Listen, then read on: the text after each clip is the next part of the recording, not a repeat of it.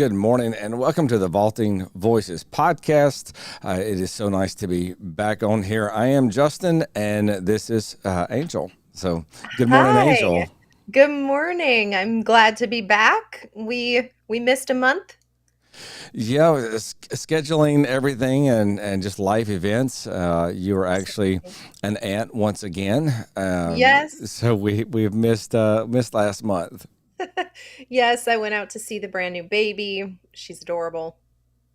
It's it, it's always good to do the podcast with you. I did miss doing it last month. When you got Absolutely. back in town, we were gonna do it that following week, and then something came up on my end, and it just, you know. I think that part of it is life, and part of it is I think the enemy really doesn't like us doing the podcast. So, As um, always. matter of fact, on podcast days, that's when we always have issues with computers and just things. So, um, Absolutely. I want to kind of jump into something though. Yeah. I've had a conversation with multiple people in the last 2 weeks, and then you and I were discussing some things the other day, and this came back up, and that was the evangelistic nature, and the negative side of the spirit realm, and I'll begin with this a story. I was counseling with someone, and I'm not a licensed counselor, but I'm a pastor, and pastors do engage in pastoral counseling. I do think that pastors need to be aware when the elements there or when the situation exceeds where pastoral counseling, the parameters there, your abilities. I'm quick to refer people out. But anyway, I was counseling with someone, and this has happened multiple times, but in this particular case, they were dealing with some extreme levels of perversion. And so they were given my name and number. They called me, and I'm talking them through from a biblical perspective, their situation, and where we needed to go with this. And of course, I prayed with them on the phone, and I was encouraging them to come to the church so they could be in the service and we could pray with them, because I believe that there's something very significant about that corporate anointing. And when I finished, this person began to go back and repeat the whole story all over again, but this time give more detail. And I said, I don't need those details. And they said, well, sure. And then they went back and began to repeat the same story all over again with even more detail. And I stopped them and I said, look, I don't need the details. I understand what you're telling me. So I realize what you're dealing with, but I do not need all of the specifics. And and then they did it a third time. And on the third time, I said, I tell you what, I'm trying to be really nice about this, but if you continue not to listen to me, I'm gonna hang up on you, because I want to help you so bad, but I also am going to protect myself. And so here's the reality: there's a spirit attached to really everything, but when someone's dealing with a sin, and I have seen this more aggressive with things of perversion, they want to give details that are unnecessary. You know the old saying, "The devil's in the details." And what happens is that spirit is evangelistic in nature and is trying to attach itself to anyone that will give it an ear. And I'm sure you deal with this. In different situations. I deal with this in general with people, because people want to give these details and they don't understand that driving force. And it is literally evangelistic. Evangelism is not just evangelizing the gospel. It means to spread something. And that's what's happening, is the spirit behind, whether it be drugs, alcohol, perversion, anything. I mean, a thief can begin to romanticize what they do, and it can begin to literally try to evangelize anyone that has a vulnerability, anybody that has a susceptibility to these issues, or even someone who would just give it ear long enough for it to attach itself. I mean, I think that's such a powerful revelation obviously the devil can only make counterfeits of what, God purposefully designed for something. And so this makes so much sense when you think about the fact that it typically has to do with perversion, because this starts as a perversion of Hmm. what God created. For evangelism, for example, we often, especially in the church community, just think about that as spreading the gospel. But of course, the devil can take that and turn it into something, the counterfeit of that. And I think it's so important for people to recognize this, because a lot of times people say, I need to confess my sins. I need to, get this off my chest or whatever. And that's really like a blanket, a covering for what they're actually trying to do, even Hmm. non-consciously, right? Because that Yes. devil could be working through them without them having the conscious knowledge of partnership with it. Um, so when you're faced with this type of situation, what is it that you recommend to, I mean, because obviously this is a devil trying to spread its ability to influence others, and to, more or less recruit people to do whatever that thing is that they're talking about. What do you recommend for people to do if, let's say, just in a casual conversation over lunch or something, somebody is telling them, under the guise of confessing their sins or sharing something that they need to get off their chest, or, so on and so forth, whatever the reasoning is that they say out loud. How do we actually address what's actually happening beneath the surface? I like the word you use there, to recruit, because that is so accurate to what's happening. Is trying to recruit someone into that perversion, into that lifestyle, into that line of thought. And I think pastors really need to be extremely cautious of this, because people are going to confess more to pastors than they would, the average person. So pastors feel almost an obligation to allow someone to confess, to unload this burden from them, which is great. We need to be there and allow someone to unload that burden, to confess their sins, most definitely. But if you told me, I baked a cake today, and you just said it was a vanilla cake with cream cheese icing, and that's it. That would be one thing. But if you went into detail and told me everything about this cake, the way it smelled, the way it looked, the way it tasted, I'm a visual thinker. So by the time you finish telling me this, I'm going to smell this cake. I'm going to taste this cake. Yeah. I mean, it's right there. And now I'm going to have a craving for the rest of the day. I'm going to Mm, crave that cake that you just baked. mm. And when it comes to any of these things, that's what's happening, is trying to entice any susceptibility. So our course of action is to guard the gates. We guard what we allow into our eyes. We guard what we allow into our ears, into our minds, and into our hearts. So as much as we care about someone, the same way I did with this gentleman on the phone, and I've done this many times with people, I stop them and say, look, I care so much about what you're dealing with, and I want to see your freedom. I want to see your restoration, but we have to find the balance, right? So I don't need this level of detail. You don't have to describe everything you saw. You don't have to describe everything you did. I understand what you did. I understand what you saw. I understand what you're involved in, but I don't need all these minute details. And most of the time, what I have found is when you tell someone that, it's almost like a challenge to them to do it again. So you have to stand your ground, because ultimately you may care about that person so much, but what's more important, you allowing them to unload, or you protecting yourself?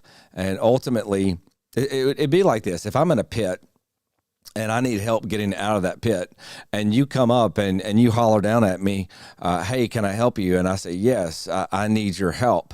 And then you say, okay, I'll be down in just a minute. So you climb down into the pit with me. You're doing me no good. I need you out of the pit to help pull me out. And that's what the Spirit does. It tries to pull someone else, pull you into someone else's pit. And you can see this with, sin like that, but you can also see this in sense of poverty.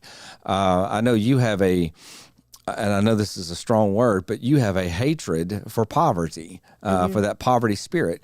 But the same way, you get a group of people that are bound by poverty, and you get someone else that's trying to live free, and they get around that group. Well, they're not pulling that group out of the poverty. That group in poverty is trying to pull them into it. It's evangelistic in nature. It's a spiritual stronghold that is trying to get as many as it can into its circle. Absolutely. And I really like what you started off by saying and describing, which is the, baking a cake analogy. Because when you talk about the ingredients that are going into it, it's like, who really cares? Because at the end of the day, you're getting a cake, right? It's like, Yeah. get it. I don't care if it came out of a box or if you went and got all the ingredients your own self. And then the other thing too is like, the way that you were talking about how it comes in, it's through our senses, Hmm. right? And actually, the word sensuality comes from it literally means to engage your senses. The more senses that are engaged, the stronger your link is to that thing. And there's a biological reaction that happens inside of your body for that as well. But anyway, the guarding of the gates is so important, Hmm. uh, and being focused and steadfast on what your purpose is. When you're talking about the person in the pit, when I was listening to you just saying that, it's like, what else they try to do is tell you all about the pit and describe Hmm. to you how they got in the pit and talk to you about all the negative things that happened that got them in the pit, made them stay in the pit, and they can't help but focus on the pit. And it's like, hey, hello, I'm here to help you. I would love to help you get out of this situation. They're so focused on all of the details of how they got in the pit, they Hmm. can't bring themselves to focus on, hey, this is how I get out of there. Same thing with the poverty mentality, by the way. It'll be talked about like, well, my parents didn't believe in school, or nobody ever showed me how to do that, or my generations just come from this. And it's this um it's like they evangelize their own mind first. It's like they're evangelizing themselves into Exactly. thinking about why they're in the pit, or why they're in poverty, or why they're in that sin, or whatever it is. And then they can't hear what you're talking about, which is the solution or the opposite of what it is that they're currently in, right? Hmm. It's like, hey, this is the way out, this is the way forward, this is how we eradicate whatever it is that you're dealing with. They can't hear you because they're evangelizing their own head, their own thoughts Hmm. about whatever the problem is first. There's a actor. I had to look up his name. It's Charles Dutton. I read an article about him about, I don't know, 10, 15 years ago. And when he was a teenager, 18, 17, 18, 19 years old, somewhere there, he got into a bar fight. And through the course of the fight, he killed the other individual. It wasn't a malicious, intent of going out and trying to just murder someone, but it was a fight that just went too far. And so he was charged with murder. And I can't remember how many years he was sentenced to in prison, but it was several years. And after he got out, they interviewed him, and he goes on to be a great success, a phenomenal actor. But when they were interviewing him, they said, "How did you survive?" And he said, "I never put anything on the wall." And so the person interviewing said, "Okay, what do you mean?" He said, "You'll find that people in prison, especially after they've been in for more than 5 years, I think he said, they become, I think 90%, some high percentage become repeat offenders, and they finish this cycle." He said, "But I noticed when I was in prison, everybody had pictures on their walls. They decorated their cells." And he said, "When I came into my cell, I looked around in my cell and I said, 'I'll never decorate you because this is not my home.'" And I thought that was so profound, because he was saying, this is not where I'm going to stay. And so many people, when they find themselves in the pit, they decorate their cell. They make a homestead in that place, and then they settle in that one condition. So if somebody is bound by alcohol, or as you described, they want to tell you all about their pit. When they tell you all about their pit, they're decorating that pit. They're staying in that pit, and that is that's where we have to stop and say, I'm not going to decorate this place. I'm not staying here. I'm going somewhere new. And for those of you watching, I believe we just had a technical issue. We have lost Angel. I'm not sure if that's the internet that went out. We have been doing podcasts now for a few years, and I cannot even recall how many times that we've actually had these kinds of issues as we start the podcast. There was one time we actually had to do 4 of them back to back. So anyway, I'm going to continue on this line, and maybe here in just a few minutes, we will get Angel back. So just bear with me. But here's the reality. Here we go. Some kind of thing happening. My computer decides to do an update, so I just canceled it. So sorry. The famous update issue. Every Wednesday, does not matter what day it is or where the Wednesday falls. Any Wednesday that we're going to do a podcast, that's how it is. Yeah, that's I kept rambling for a minute. I was looking back, and so, I mean, this is not the first time it's happened by any means. Apologize. I don't, nothing to apologize for, because your computer just knows. Vault Invoices is on. I got to update. It sure does. So the last thing I heard was you were talking about the actor who refused to decorate his jail cell.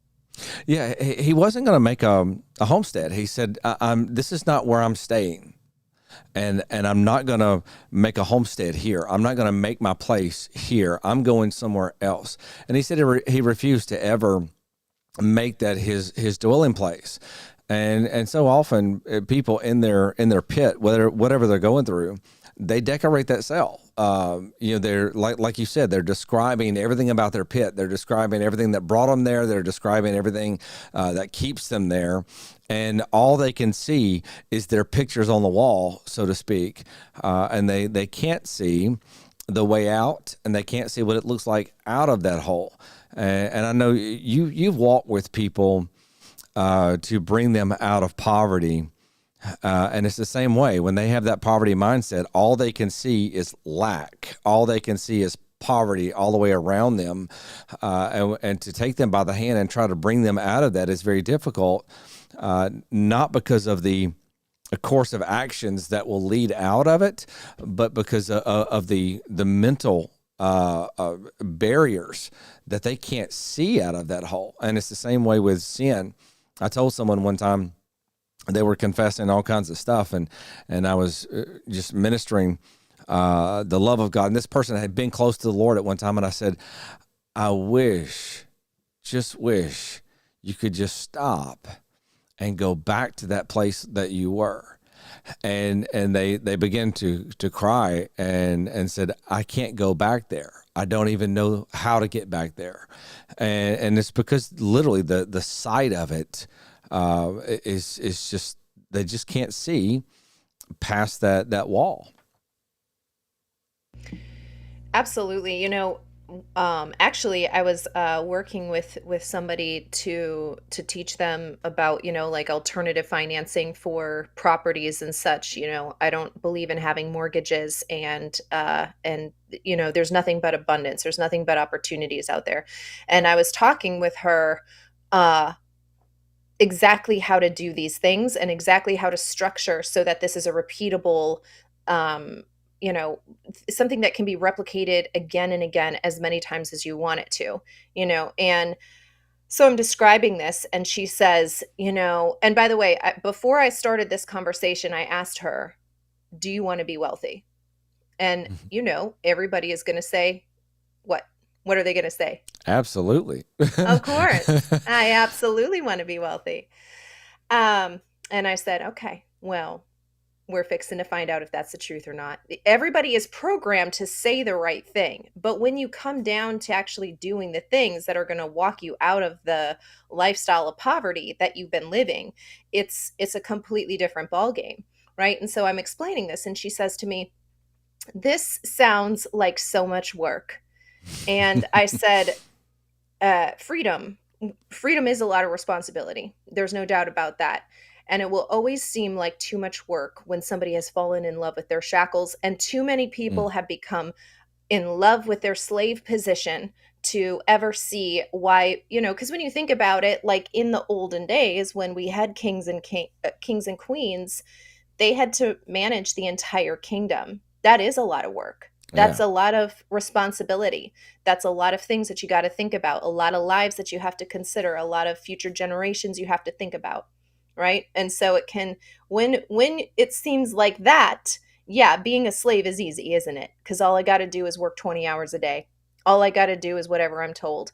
And so many people have that mentality of getting used to this devil that's talking to them day in and day out about whatever sin it is, normalizing it to them, making it seem like everybody has this, there's nothing you can do about it.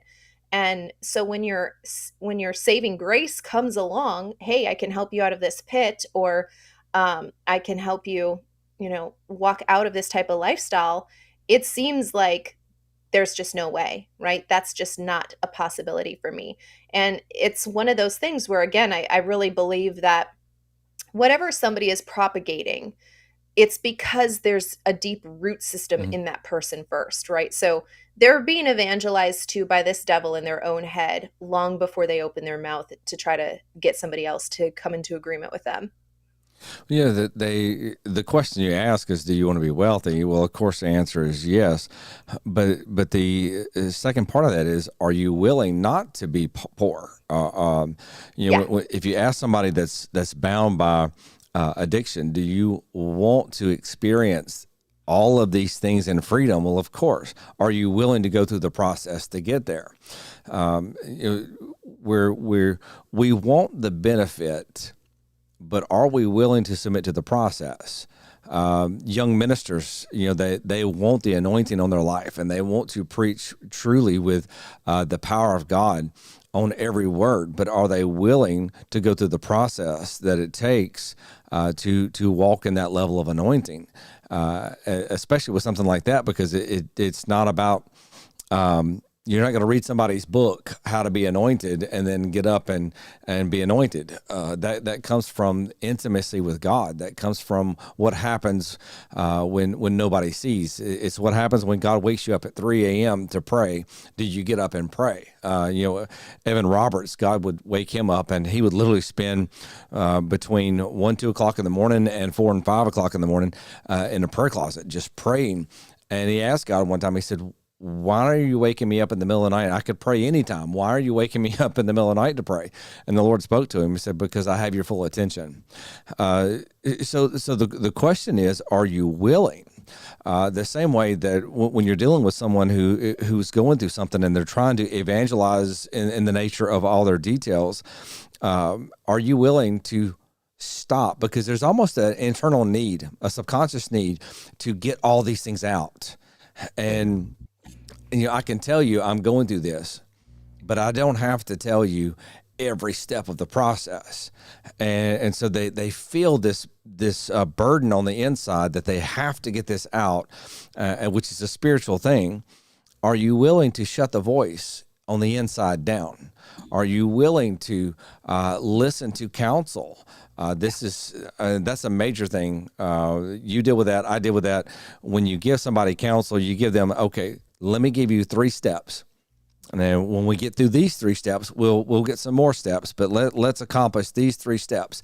And then you meet with them in a week or 2 weeks, and you say, well, where are you at in this process on these 3 steps? Well, I got busy. I didn't know exactly how to do it. Mhm. It's every excuse in the world of why I didn't do these 3 things. And to me, all I hear is, hey, I'm not willing to fight for myself. I want you to fight for me.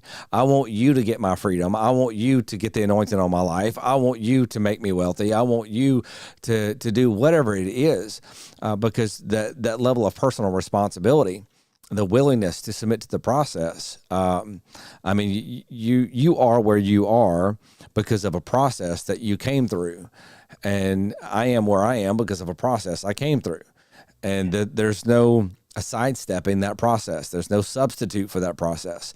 There are no shortcuts, or let me rephrase that. There are faster ways to do things, but there's no skipping steps to the process, especially the internal process. Yeah.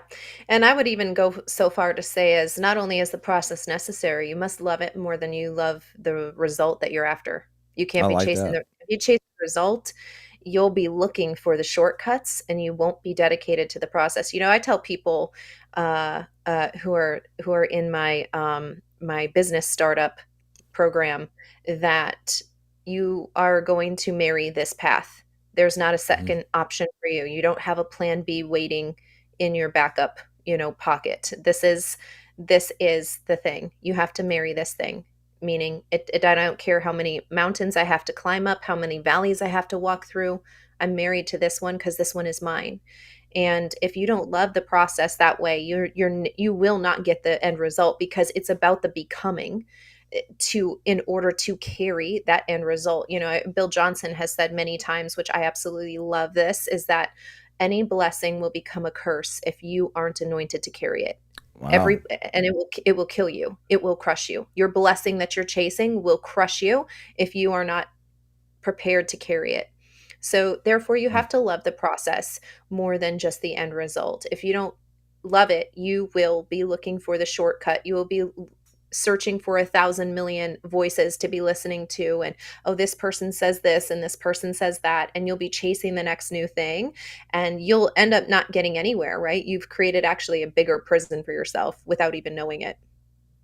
Well, if you think about it, the destination is just the byproduct anyway. Absolutely. If you desire great wealth, well, one thing, your definition of what great wealth is going to Yep. change every Yep. time you go to a different level. Absolutely. But Absolutely. beyond that, wealth is just the byproduct of all the steps that are in place right here. So Yeah. take it this way. Take a couple, a marriage, and they want this ideal, perfect marriage. They want that destination, but that's just the byproduct of the intimate relationship that they have along the way. Mhm. Without that intimacy, without that closeness with each other, they'll never have that ideal marriage. And if the only focus is there, then they're going to do every 3-step, 5-step process that anyone on YouTube or any book tells them to do. And it's mechanical. They're going to do these steps. So the man, buy your wife flowers. So he's going to go buy her flowers, and he'll buy her chocolates or whatever. And he's going to look up and wait for the stepper wife to come home to, and then be disillusioned when it doesn't work that way, because it's not about the flowers or the candy. It's about the heart behind it. And when the heart is right, then it may not be flowers or candy. It may just be a look in her eye and I love you. It's I love the way you put it. It is marrying the process. In ministry, it's not about getting up and having a great sermon. Because if you have a great sermon on Sunday, you may have a horrible one the next Sunday. You can have Mhm. a horrible one Sunday and a great one the next Sunday. And the word's always great, but the delivery struggles at times. It's not about that one service. I was listening to Kent Christmas last Sunday, and he was talking about revival. He was giving a prophetic word, and the idea that he had was that miracles would produce the revival. And the Lord spoke to him and said, no, not at all. The miracles will be there, but they will be a byproduct of revival. And I think that's where we need to really see is what we're seeking is really a byproduct of what we should be actually seeking. It's the process. It's the internal transformation. It is, it's the journey, you know. Yeah. It's every day. Memories are built by every moment of every day. And so many times we're just trying to strive for the outcome that we're, and it's great to have a vision. You know, you want to have that vision. You want to know where you're going. That's fantastic. But it's not about just getting there, because when you get there, what do you do now? You know, it's about building the lifestyle that brings that, building a lifestyle that produces miracles, building a lifestyle that produces great wealth, building a lifestyle that produces freedom and security, spiritually, financially, whatever way you're seeking. It's about that process. And so many people, and of course, we live in this society of shortcuts anyway. I mean, I was Yes. talking to Mark the other day, and Mark said, you know, people have the average attention span of about 30 seconds because all we have is TikTok videos and Yeah. YouTube shorts and all these things Yeah. that program us into click, click, click, click, click, click. Yeah.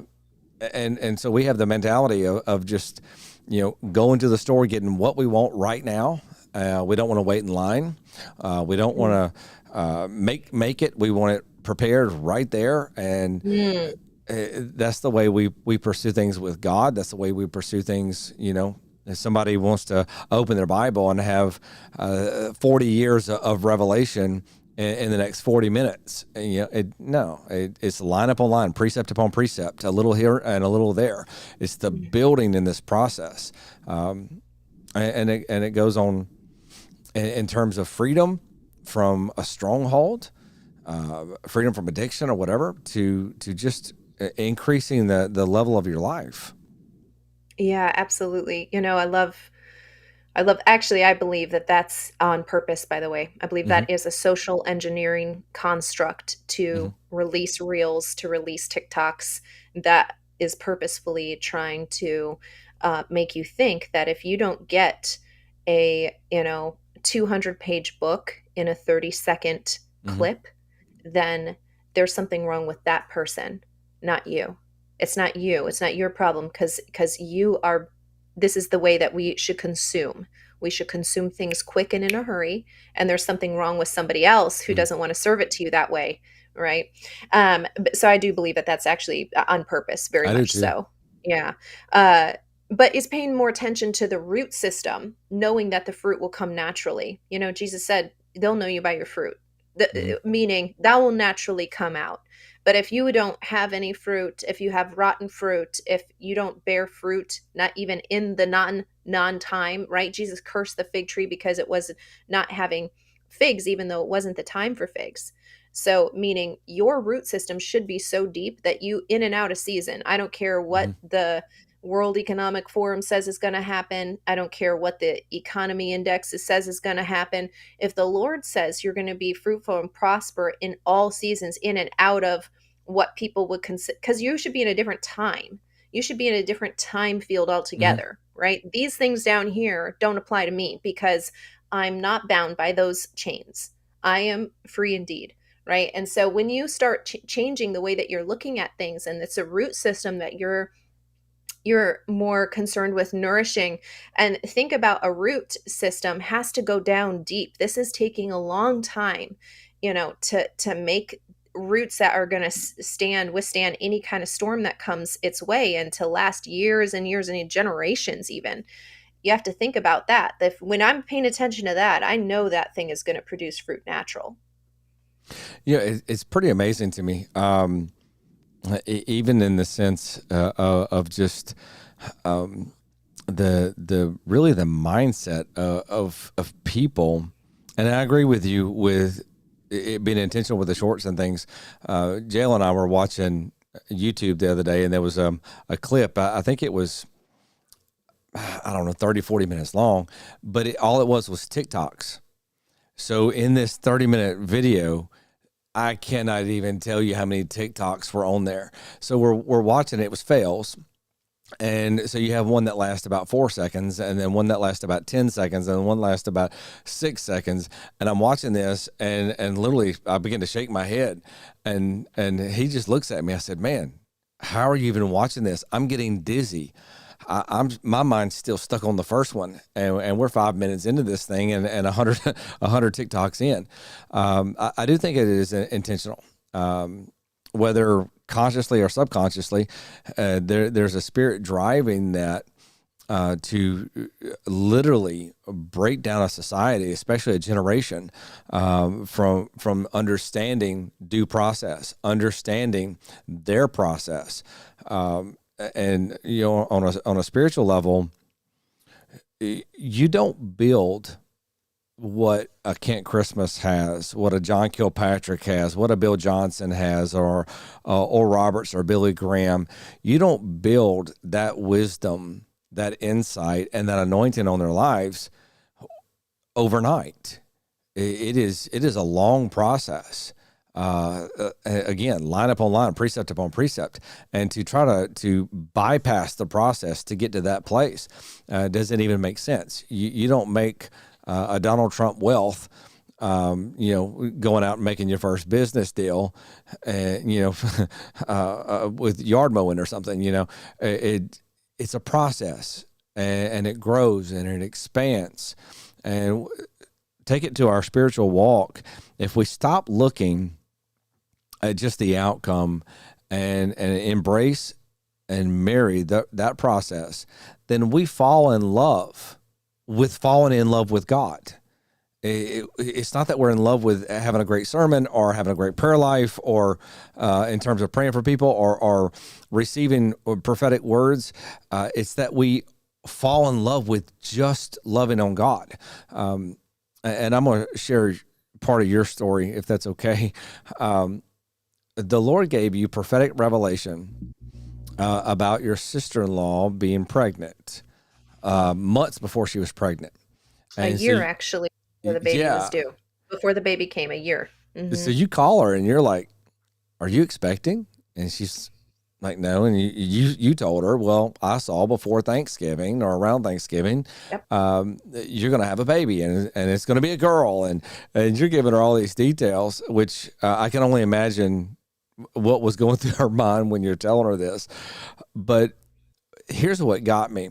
When I don't remember if it was on a podcast or just a conversation with you, but you were asking the Lord, I believe, and correct me if I'm wrong on these details, but the reality was there, or the Lord shows you that God was so excited about this baby coming that he wanted to share it with you.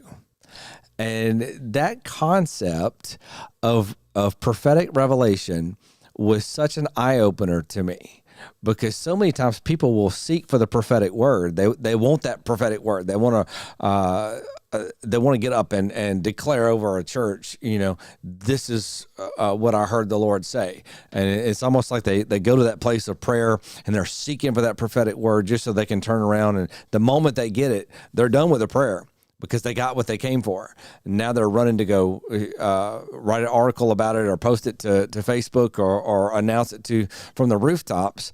And there's nothing wrong with, getting the word out there. But when the motive is just to have something to share, the motive is completely wrong. But when you're in this place of constantly nurturing that relationship with the Lord, God's so excited about what he's about to do, he wants to share it.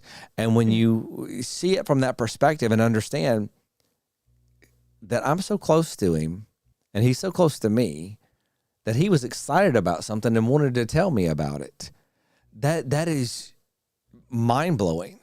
Absolutely mind-blowing that God is so excited about something and he just wants to share it with someone close to him. And when we pursue that level of the relationship, prophecy comes, a miracle comes. That's when we find ourselves literally dwelling in the secret place of the Most High and being protected under the shadow of the Almighty.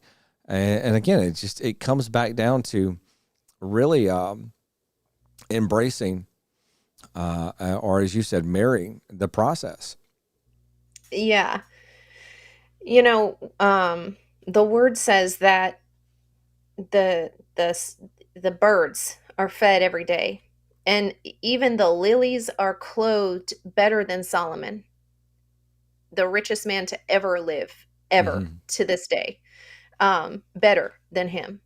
So, in that scripture, Jesus is telling us, don't worry about these things. Like, don't, why are you worrying about what you're going to eat or where you're going to live? Because heathens worry about that. Like, you know what I mean? Like, you don't need to even know God, and they have this concern. You know God. Why are you having a concern like that? Hmm. When look at how all of nature does its life. And when you can truly get to a place of like, you know what, the outcome is not I'm not going to die if I don't eat for a day, and to be honest with you, I have had times where I couldn't eat because I didn't have any money to buy food. But that's okay because I'll just fast, and then that's just part of the process. And, I didn't have a place to live, and I lived in my van, and it was totally fine. And and not saying that it was like super enjoyable, but I am saying like that was my process. And at this point, it's just like, who cares? Because I know for a fact my every need will be supplied. And if you actually look at the at a place in Psalms, it says he wants to give you the desires of your hearts. It's the Hmm. desires. It's even your wants should be supplied. So when you can start understanding that's God's heart to you, you don't need to earn that. Hmm. It's about who you are, and it's just about the relationship. It puts things in a very different perspective about the relationship itself.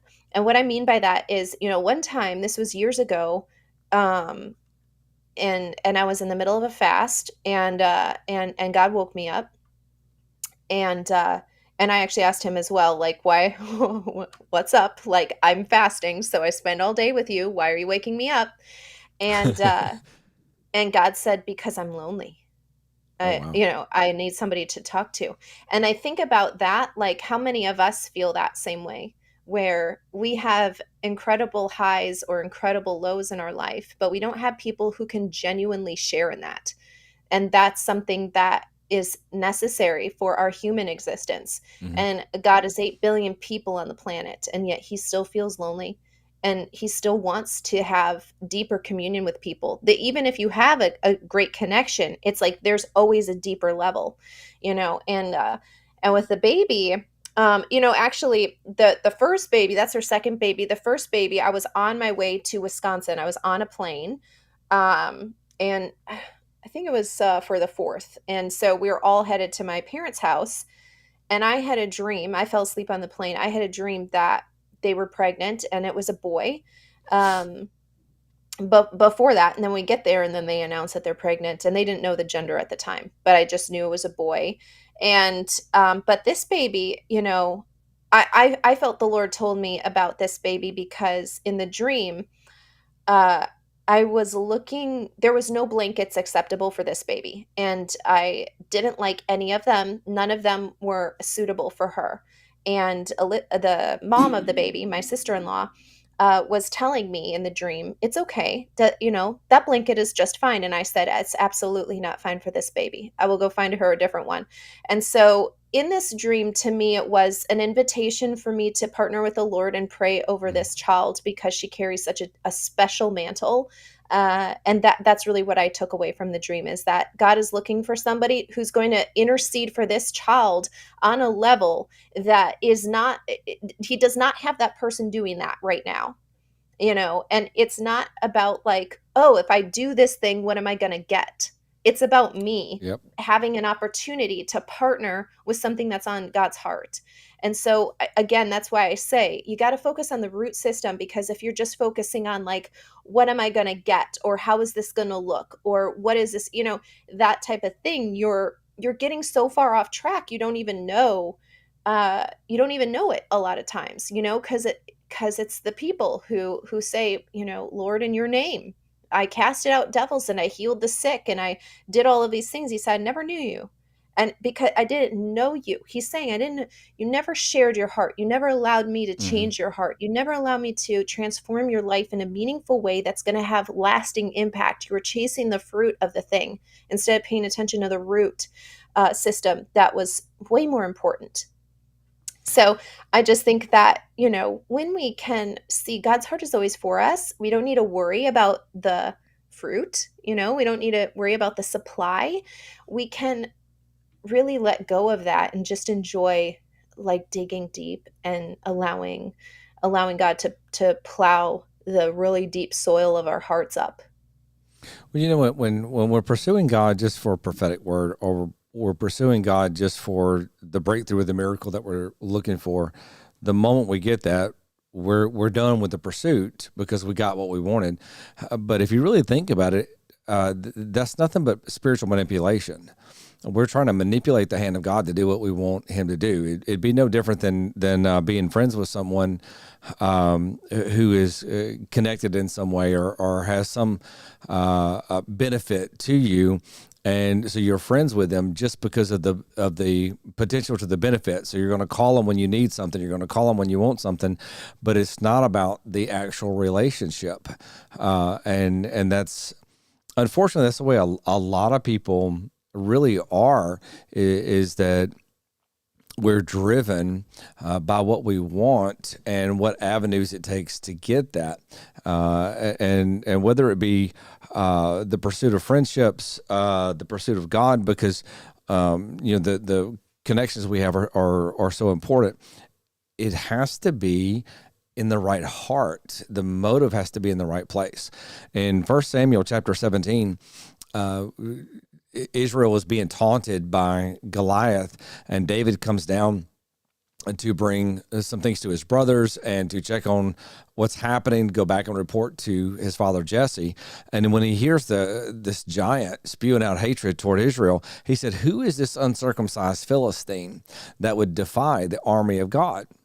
And then his brother comes up and says, "What are you doing here?" His brother actually rebukes him and says, what trouble are you here to cause? And David stops and he says, "Is there not a cause?" And that word "cause" is dobar. And so David had history with God. David had a process that he had been going through for many years. And he knew the prophetic words over the nation of Israel.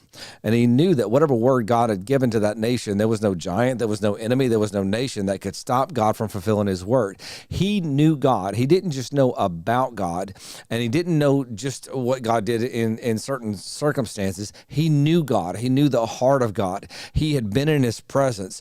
David was a pursuer of God's presence. He spent his time as a shepherd boy pursuing God. He would just literally worship in the field, just to love on God. So God, if God was lonely, David was there. And so when he hears this, it was righteous indignation that rose up, and he says, "Is there not a word? Has God not already released a promise, a prophetic word over this nation? How dare this foreigner, how dare this Philistine try to deny what God has already spoken from heaven?" And so with our pursuit of God, if we've been in that intimate place, if we've been in that secret place with the Lord, not to get something, but just to be in his presence, and we've been transformed here, then when the enemy comes, I really like what you said earlier about the time. Like when the economy's bad, Absolutely. I can't make any money in a bad economy. No, if you've been in the presence of God, God will not only show you how to navigate the hard time, but he will give you the sight, the direction on how to be so prosperous, because God doesn't, I don't want to say he doesn't care about what's happening. Let me say it a different way. He's not bound by what's happening. Genesis 26, Isaac is on his way to Egypt to get provision because there's a great famine. God tells him to stay in Gerar. Gerar was not a desirable place to be in. Travelers would actually go around Gerar to avoid coming through there. It was a dangerous place. God tells him, "You stay here, you sow in this place, and I'll bless you." And literally, at a time of great famine, at a time no one could grow anything, at a time people are dying for lack, Isaac literally begins to plant in a place that nobody even wants to be at, and he becomes literally reaps a hundredfold in the same year, and becomes more powerful than the government of that city. God's not confined by our economy. God's not confined by who's in office. Is it important that we do our due diligence on researching who's running for office and vote with our spirits, not with our minds? Absolutely. But ultimately, when God says, I'm going to overturn Roe v. Wade, it doesn't matter that a very liberal, very, very liberal president is in office. It doesn't matter that we have a liberal Congress. God says, nope, this is my time, because it looks like it's impossible. So I need you to understand something. Nothing is impossible for me. So I'm going to overturn Roe v. Wade in a time that it looks like it can't happen. So then you look at a nation and you go, God, we're so riddled with addiction. We're riddled with perversion. We're riddled with hopelessness and depression. We are the most medicated society ever.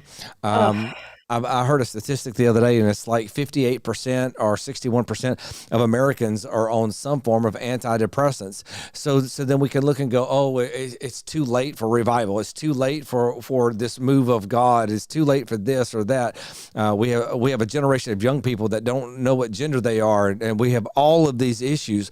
And then God looks at it and goes, no, this is perfect time. Yeah. Because it was at a time when my people were enslaved, that it looked like slavery would never end, that I brought them out of Egypt. It was at a time when Lazarus was dead and they put him in a tomb, that I said, now's my time. I'll bring him back to life. It was my time when there was no prophetic voice at all, that I broke the silence with a man saying, prepare ye the way, for the kingdom of heaven is at hand. Every time it looks like it's too far gone, it's too late, it's not the right time, we look at all these natural circumstances. But if we've been in that place of intimacy with the Lord, then we understand something. There's a cause, there's a dubar, there's a word. And when God releases that word, then despite what we see on the outside, when our families are broken, but we've received a prophetic word from the Lord that says, I'm going to restore your family, then we can look up and say, well, my son's not speaking to me. My daughter's not speaking to me. I haven't seen my children or my grandchildren in so many years. And then we can look, but I have a word. So then we can look at this situation and say, is there not a cause? Is there not a debar? Because I've been in my process. I embraced my process. I pursued God when things looked up. I pursued God when things looked down. I pursued God when things were busy, and I pursued God when it wasn't busy, because I made this a priority. I made my relationship with God my priority, and he gave me a word, and he's not a man that he should lie. So he's told me that my family is going to be restored. So despite what I see on the outside, my family is going to be restored. God told me I'm going to accomplish this in my life. So I don't need anyone else to tell me I can or I can't. All I know is God said I am. Absolutely. I love all of that. I think that's exactly right. The year 2020 made more millionaires in a single year since the Great Depression. Wow. Which was the next time that more millionaires were made in a single year. So God is absolutely outside of time. And I believe that that was the hand of the Lord, to be honest with you, because I believe that it was saying it's a sign. It's a wonder. It's to say, don't care about your systems and what the constraints are looking like. There's always a way out. I'm a God of freedom. I'm a God of abundance. No matter what the natural world is looking like or saying, this is not my economy.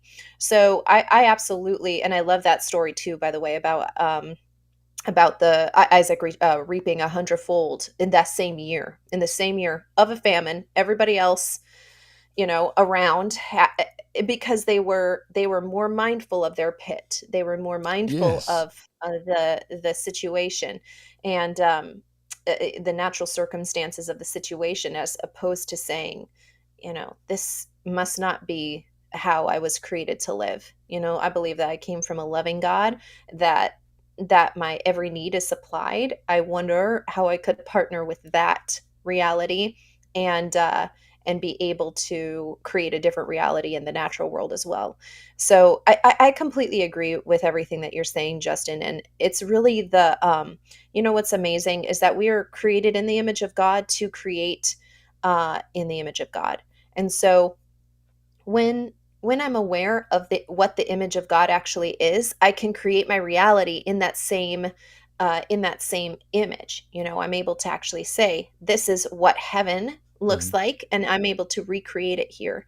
And I just think that when we shift our perspective, and by the way, while you were talking, I have a YouTube video that'll come out in a couple of weeks, I think, on this topic. But when we have this evangelistic kind of devil that tries to come out and tell everybody the details of whatever the issue is that we're dealing with, what I have actually noticed is there is some level of non-acceptance that that person is holding on to, that's Mhm. why they're outsourcing this stuff. It's like, hey, I'll tell you all of the problems and then you have to deal with my problems, as opposed to truly accepting, hey, I really have a problem with Yeah. I don't know, do you see that thing that just happened on my screen? No, I didn't. Okay. It's like anyway, it was like a thumbs up. I don't know, weird. But anyway, it was like a thought bubble that just popped up. Anyway.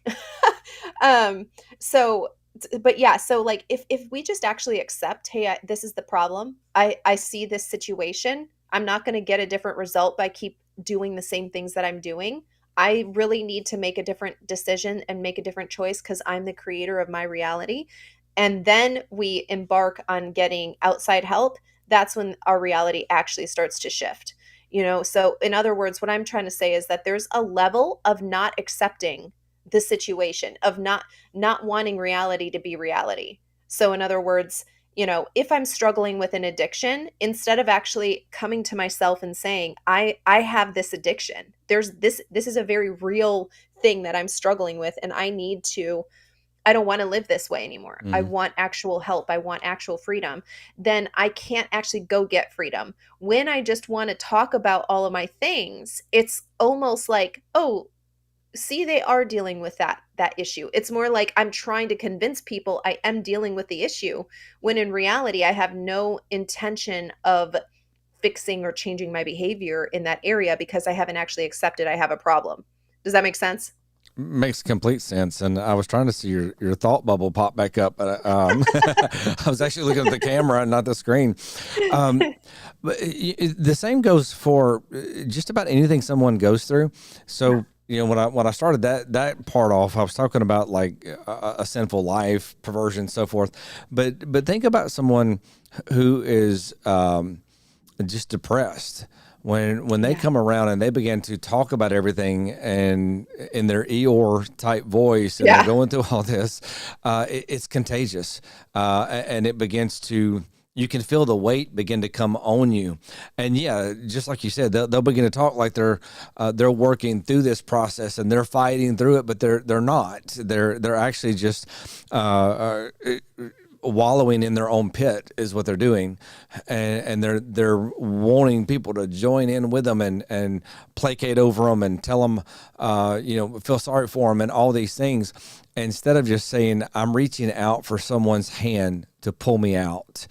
And I know in several times in counseling, someone will go through their problem, and it's not that they're necessarily trying to spread that problem, but they're trying to stay in that problem, and they'll repeat it, and then we'll talk through, and then they'll repeat it, and I'll say, well, we've discussed this.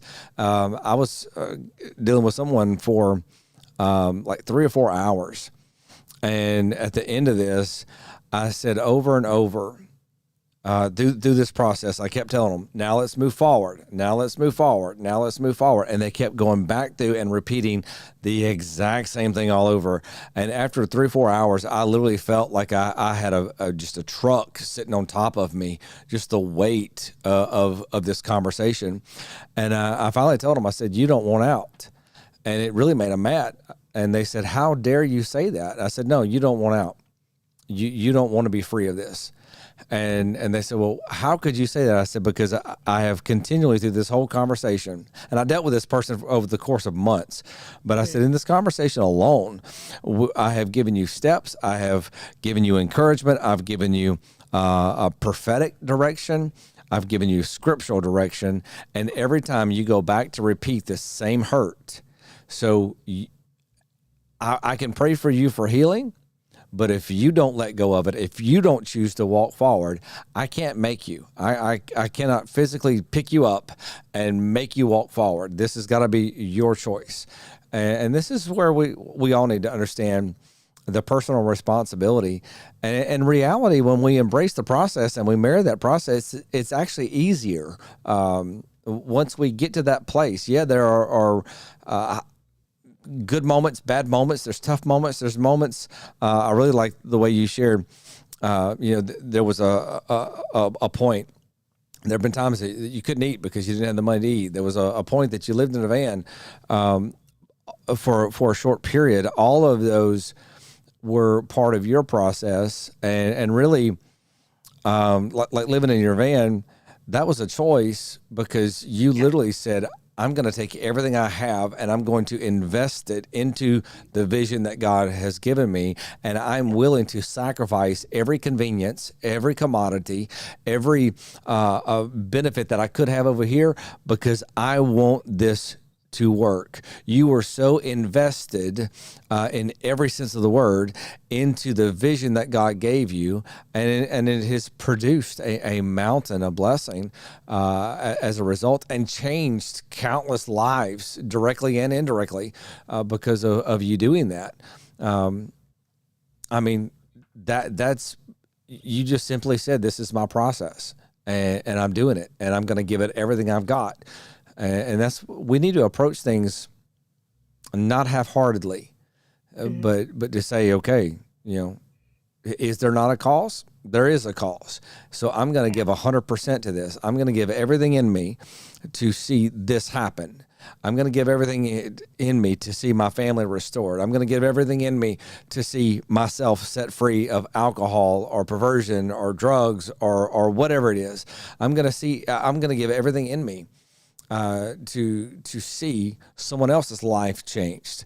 And I'll tell you, that's another interesting point, is that we need to be careful on being too focused on ourselves and really Yes. see the Yes. benefit, see helping other people. Our heart needs to be for the one beside us. Absolutely. This is something that God has been speaking to me personally about very intensely for the last few weeks, maybe months, but is like less focus on like what you're doing. Like, do things with excellence, manage your time, do your businesses, but uh and honestly, I didn't even I think it was like in October, I really just stopped having a goal. I want to be careful about how I say that, but it wasn't like, okay, this is my goal for this month with this business, and this is my goal for this business. I just didn't do that. It's just like, I don't know, like, let's just, I think they're good. Like, what do you want to do? And then like without me pursuing it, God presents like incredible opportunities I didn't even ask for. I didn't do anything for, right? I literally didn't do anything for it, which is wild. But that's how it will work, is when you're more focused on how do I be about your business? Because at the end of the day, that's all I'm here to do, is what is my father's business, and how do I do that well? Your opportunities will continuously expand because you're viewing things from God's perspective. Your vision is coming into alignment with Mhm. his, of, hey, I see this person in need. That's who I'm going to go help. Or I see, that I could do a good work over here, and I'm going to go do it. And that's it. It's because your vision is coming into alignment. So your heart is coming into alignment, where there's more and more and more endless opportunities, because that the truth is, all around us are nothing but opportunities. Mhm. But most of us miss them because we just don't have the vision that our Father has, right? Because we're too wrapped up focusing on our pit, again, and so, yeah, I absolutely agree with that. And when you also recognize how much energy you're actually wasting by being double-minded is astounding. I when I work with people in my manifold marketplace business, when people are starting a business, people will say to me like, "Well, I could do this, but I could also do this, or I could do this, or I could also do this." Listen, make a decision and don't ever bring up the other one to me again. And I'll often have to say that is like, "Hey, we're going to make a decision right now. I want you to think about that right this second. Not when we get off the phone, right this second. Think about it and what's your decision?" Because I don't have time to be investing in double-minded people. I just don't have it. So, what is going to be your decision? And make a decision now and never bring up option B to me again. That's it. That one's done. Double-minded people are unstable in all their ways. Yeah. And spiritually, again, same thing. I like what you said about your businesses. It's not like I didn't set the goal this month. I didn't set that I've got to reach this place. Yeah.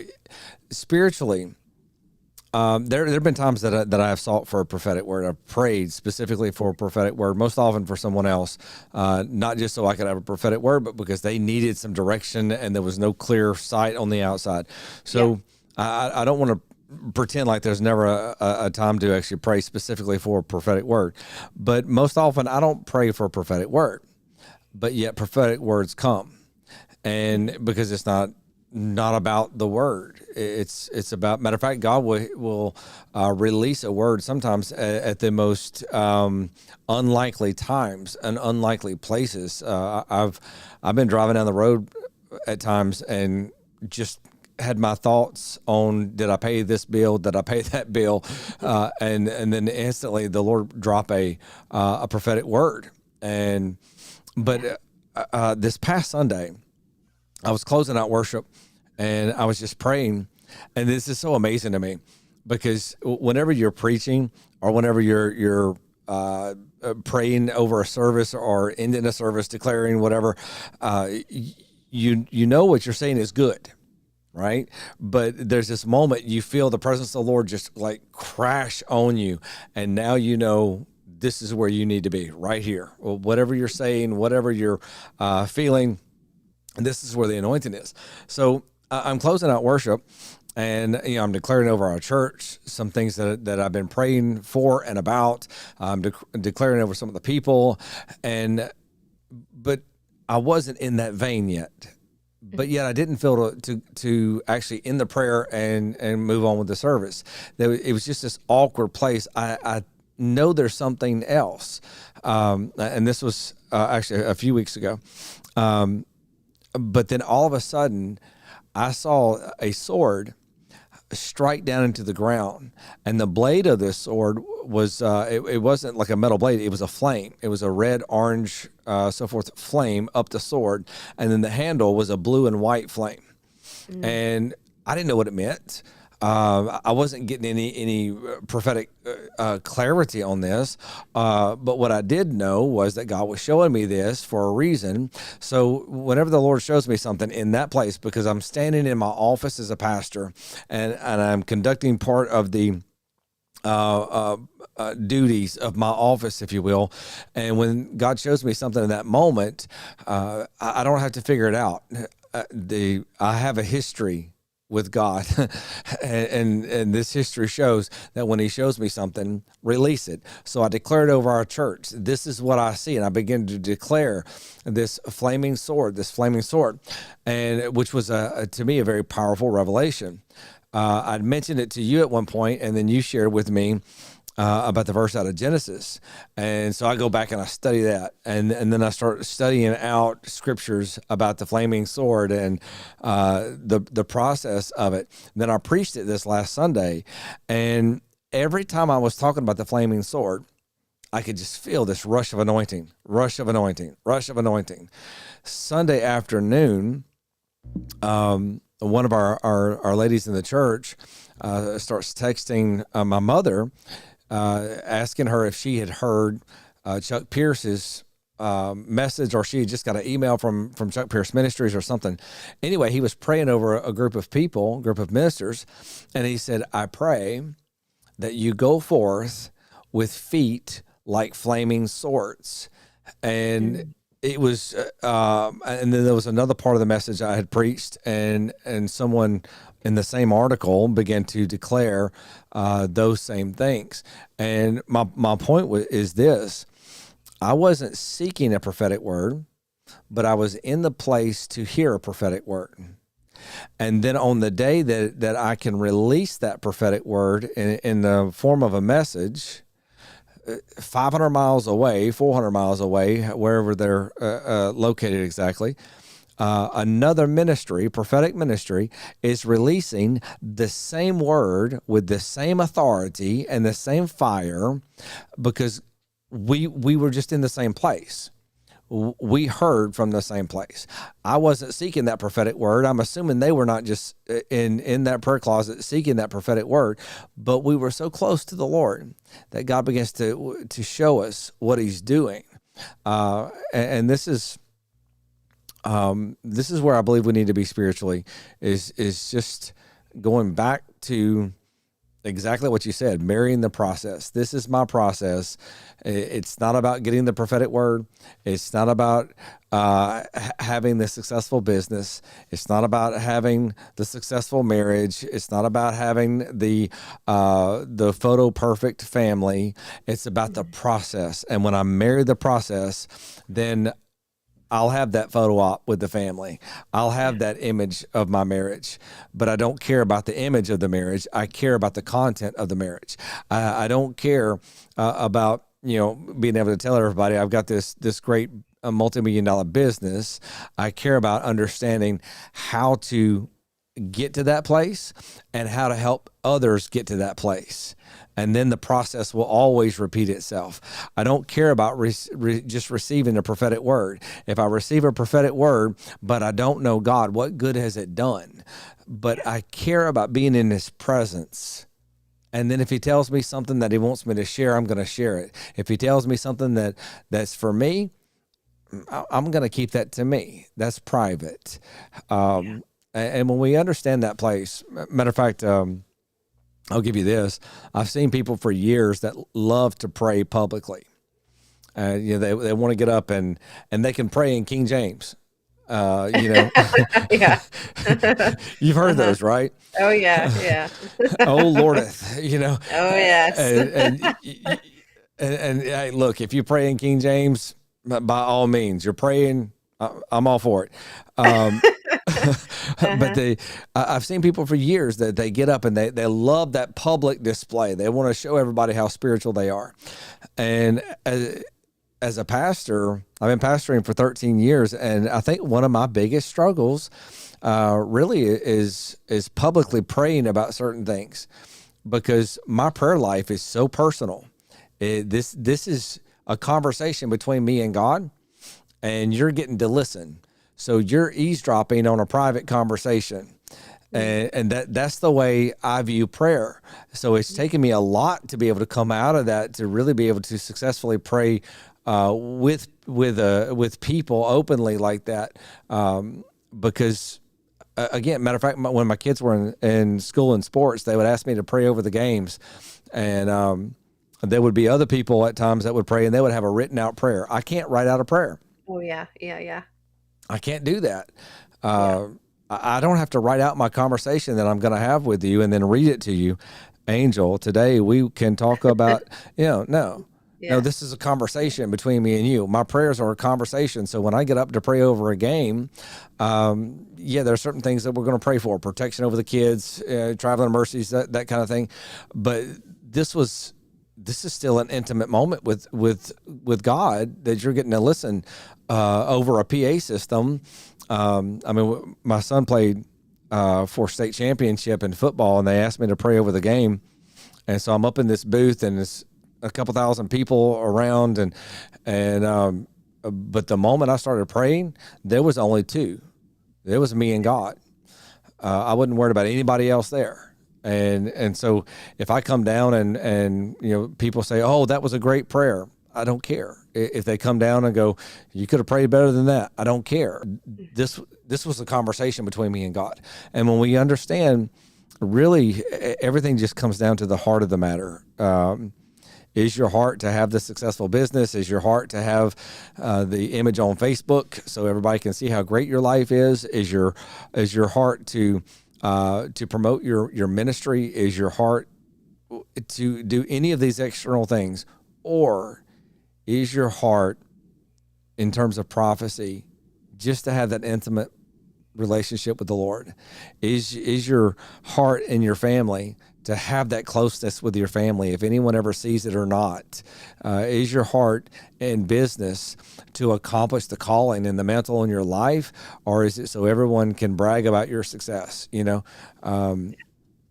It's the heart. Absolutely. Michael Culiano says that the secret place is made up of secrets. And so that means that you have to be able to keep secrets, that you're a friend to God. And it really comes down to being in the right place, that all of you is in that place, and Mm-hmm. that's really what I was saying is like, I'm not going to compete with the version of you, the part of you that's still over in planet B. This is planet A. I need you to get on board with A, and all of you has to be here. And it's when we come into like that's what I kind of mean about accepting of like, okay, this is my path. I'm ready to marry it. I'm done looking around for a way out of it or for a way around it or a shortcut through it. It's like, hey, if this thing takes me 10 seconds, I'm all in. And if it takes me 10 years, I'm all in. And if it takes me 10 decades, I'm in.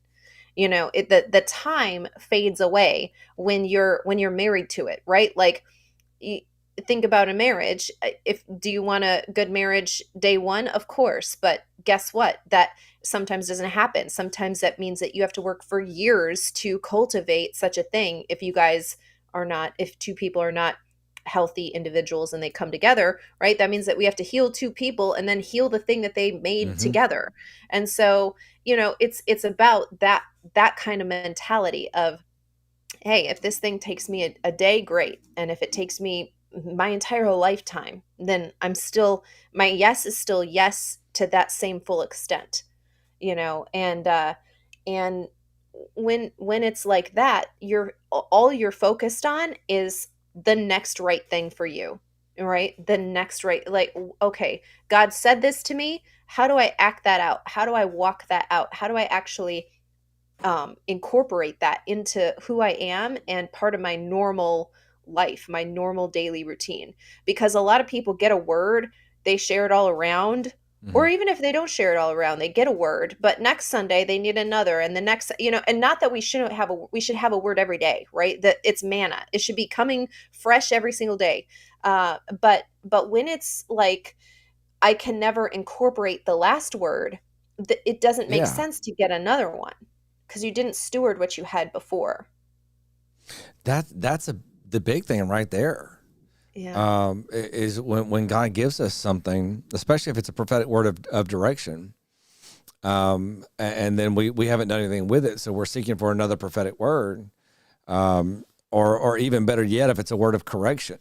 I don't know anyone off the top of my head that truly hears prophetically that has not received a personal word of correction, where God has corrected them in a matter, whether directly through in their prayers or through the mouth of someone else. I don't mean just somebody saying, "I think you're doing this wrong." I mean literally the Lord showing, correct this. So I've seen so many people that would receive a word of correction and they want to run down to the next prophet down the road, because they want a different word. They didn't like that one. Prophecy is not about getting what Yeah. you want to You can't hear. exchange it. Yeah. Yeah, this is not, well, that one don't hear from God because he Yeah. gave me a word of correction. Well, Yeah. get corrected, and then see what's next. Uh, Yeah. and I didn't mean to turn that all toward prophecy, but it's so powerful, that we can have a relationship with Almighty God, and it's not a one-sided relationship. He wants to speak to us. He Hmm. wants to speak to us on a daily basis. He wants to move on our hearts. And of course, I'm a little predisposed to this growing up. I mean, my parents walked in this their whole life, and I mean, my dad did some crazy things at times, that just didn't make sense to any normal person. Mhm. I Mhm. mean, he's driving down the road one day and he turns around and he goes back to a gas station, and there was a older gentleman at the gas pump, a nice car. I say older. I don't believe he's that much older than my dad. But anyway, my dad walks over to him and hands him $100 bill. And the guy looked at him and said, "What are you doing?" And he said, "Well, someone gave me this $100 bill, and the Lord spoke to me and said, 'This is not for you.' So I folded it up and I put it in the back of my wallet. And I was driving down the road just now, and I felt the Lord tell me to look over towards you, and I did. And God said that $100 bill is for him." And the guy starts crying, and he says, "Brother, I'm a pastor, and I was out of gas, and I pulled up to the gas station, and he said, I felt the Lord tell me to gas up. So I looked up and I said, God, I don't have any money. I can't put gas in my car." And he said, the Lord told me to start pumping gas and he would provide. And he looks at my dad and said, and here you are. So, I Amazing. mean, walking in that place, um, of just in that relationship with God. My dad wasn't seeking a prophetic word. He just walked in that place of intimacy with the Lord. We were actually traveling one time on a Sunday, and he had on some little green shorts and some flip flops and just a white T-shirt. And my dad whips around on the interstate and goes back to a church, and it was a black church in the middle of nowhere, wherever we were. And my dad walks in, and there's a gentleman walking by in a nice suit, and he's looking at my dad like, this is not church attire. And he says, "Can I help you?" And he says, "Yeah, I need to speak with the pastor." And the guy said, "I'm the pastor." And my dad said, "Well, I was driving down the road, and the Lord spoke to me and told me to come back and tell the pastor, don't do what you're about to do. He'll make a way." And the guy just stops. His eyes got huge, and he says, "Brother, I was just in my office, and I wrote my resignation letter, and I told God that I was going to the pulpit to announce my resignation if He didn't send me a Mm. sign to stop me." And he looks at my dad up and down. He went, "And brother, you are a sign." So, uh, and my point is, it's about the intimacy. It's about the process. When David said, "Is there not a cause?" That word "dobar," it means word. It's referring to prophetic word, but it also means history. It Yeah. also means, has God not been there? Is there not a history here of ups and downs, of God speaking to me at the very moments I needed it, God not speaking to me when I thought I needed it, because He was teaching me to trust in Him, to lean on Him. And when you have that history, God's going to be there. You know He never leaves you, never forsakes you. You know He's going to bring you through whatever mess you come through. So yeah, when you look at the circumstances and you go, wow, this is a mess, but I know God's brought me through every mess I've ever been in, Hmm. and He's going to bring me through this one. Hmm. So it's just, again, it's about the heart. Yeah, absolutely. If somebody does a favor for you, but it turns out they just did it because they want you to owe them something, or they're hoping that you give them something, you don't even want that favor, do you? You're like, You know what? Never mind. I don't even want that." And You've that's had that happen too, huh? uh, it's like I'll just do it myself and take the time out of my day or whatever and do it my own self, right? Because you don't want that kind of, you want a free flowing relationship where it's just about the relationship itself, right? Like, hey, the relationship is valuable. It's not about what you can do for me or give to me or create for me. I don't care about that. I just care about being in connection with you. And so, yeah, I think that when we have the right focus, then everything else is so much easier to get into alignment with, and then we're able to hear, whether God speaks to us or through another person. David was the king of everything, and God, we have no indication that God was not speaking to David, and yet He sent Nathan to say to him this little story about a guy who has a lamb and his children play with that lamb, right? Hmm. And he tells him this whole story, and then he tells him, "You're that guy. You're the one who stole his little lamb. And and David had inflicted judgment upon himself, not even Mm-hmm. knowing, right? And so, but David was receptive to hear it from God's God's anointed person. So if we are not Immediately. immediately, yes, and he was the king of everything. So if you are not willing to receive correction, you can be moving down a path that's even more detrimental. It's God's love that he brought that person to you at Mm-hmm. that moment, and the quicker you accept it. Oh my goodness, actually I had a dream, Justin, and I forgot to even tell you about this, but I feel like I would like to share it now. I had a dream within the last week, within the last 7 days. And, uh, uh, we have heard and we have said, I'm sure you've counseled people like, hey, the quicker you can deal with something, the better, right? Or like something along those lines, like the be quick to forgive, be quick to, whatever. We have, Yeah. you've counseled people like that. Yeah, in the dream, I saw people walking on a ladder, but it was tilted. It was the skinny side. It wasn't the rung side. It wasn't the part that had the part that you step on. Hmm. It was tilted and people were walking on the skinny side. And it was over this like great, great, great chasm. I could not even see the bottom. And so people were walking on the skinny side of this ladder, and I saw figures that were like looking like shadows, and they were clearly demonic. And then I saw figures that were clearly angels, but they were both able to fly. They were both able to, move around in the air, and they had similar qualities, I guess is my point. And I saw this shadow. You ever see like these like cartoons of the Cupid baby with his arrow? It was Mm-hmm. kind of looking like that. I saw these shadows had arrows, and they were shooting people along this little skinny ladder. And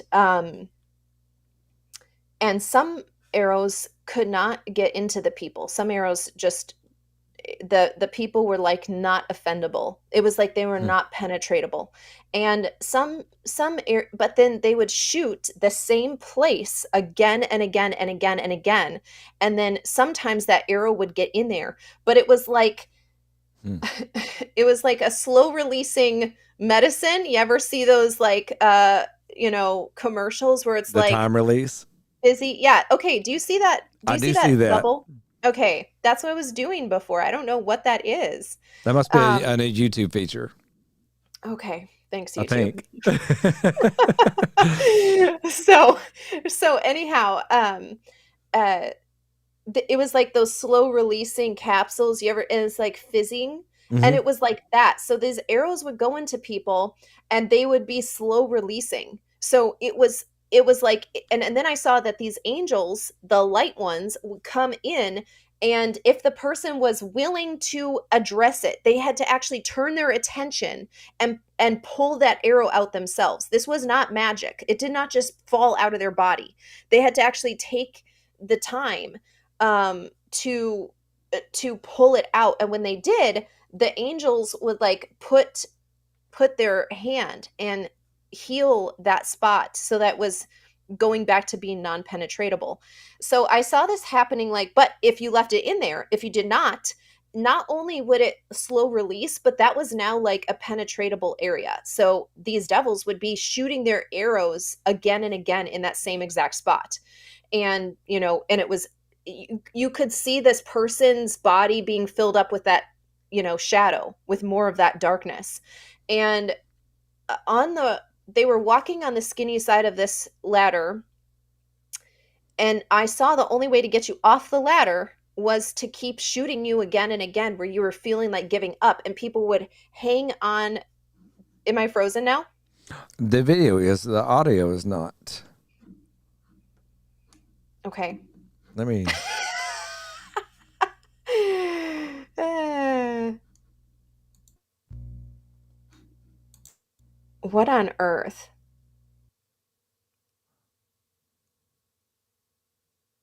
And you are now out. Stay continued. Here we are. Okay, I guess I don't know. Is it working now? The audio is your camera is completely out. On Earth. It Yeah, and it shows it's working on my end. I, Just the devil does not want me to tell this story. I feel like I want to keep telling the story no, though. you need to because I Okay. am. This is making so much sense to me when they're This is shooting the arrows. bizarre. Yeah, I have. I mean, Wow. again, we always have technical issues with things on this, and you're gone again. Bear with us. Okay, Is it there you working are. Okay, so I'm going to tell this story of my dream. So I saw the only way, so people could not push other people off of this ladder. The only way to get off of this ladder or to get people to and I saw people hanging on the other side. So the ladder is like this and the rungs are on this side, like my fingers are the rungs, and people would be hanging on the other side of the ladder, right? The edge of the ladder. And they could fall into this like really big chasm. So people could not push another person off of this, even though it was like very skinny little ways to go. However, there if they got filled up too much with this shadow from getting shot too many times with this arrow, then their atmosphere was like pushing and fighting against the person in front of them or behind them's atmosphere. And so if you had somebody that had no arrows, they didn't really care if the person behind them or in front of them had all of these arrows in the shadows, because their field was like strong enough.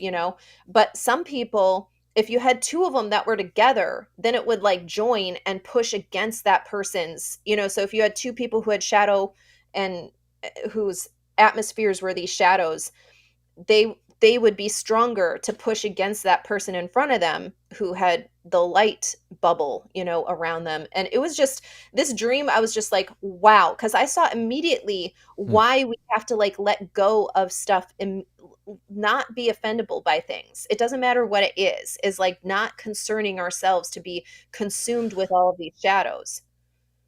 There is so much in that makes complete sense. Number one, yeah, it's imperative that we become impervious to the different attacks in different areas. But one thing that I have noticed is, particularly over probably the last 6 months, maybe 3 months. Or how about the last 6 months, but it's intensified. There are certain areas that seem to have gotten hit harder, and so if I'm trying to think of a good analogy. My granddaughter, she's a good analogy for just about everything. Uh, she was patting me one day.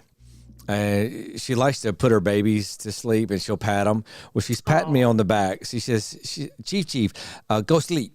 And so I lay down. And I'm still looking at her. She says, "No, go sleep." And so I'll close my eyes, and she'll start patting my back.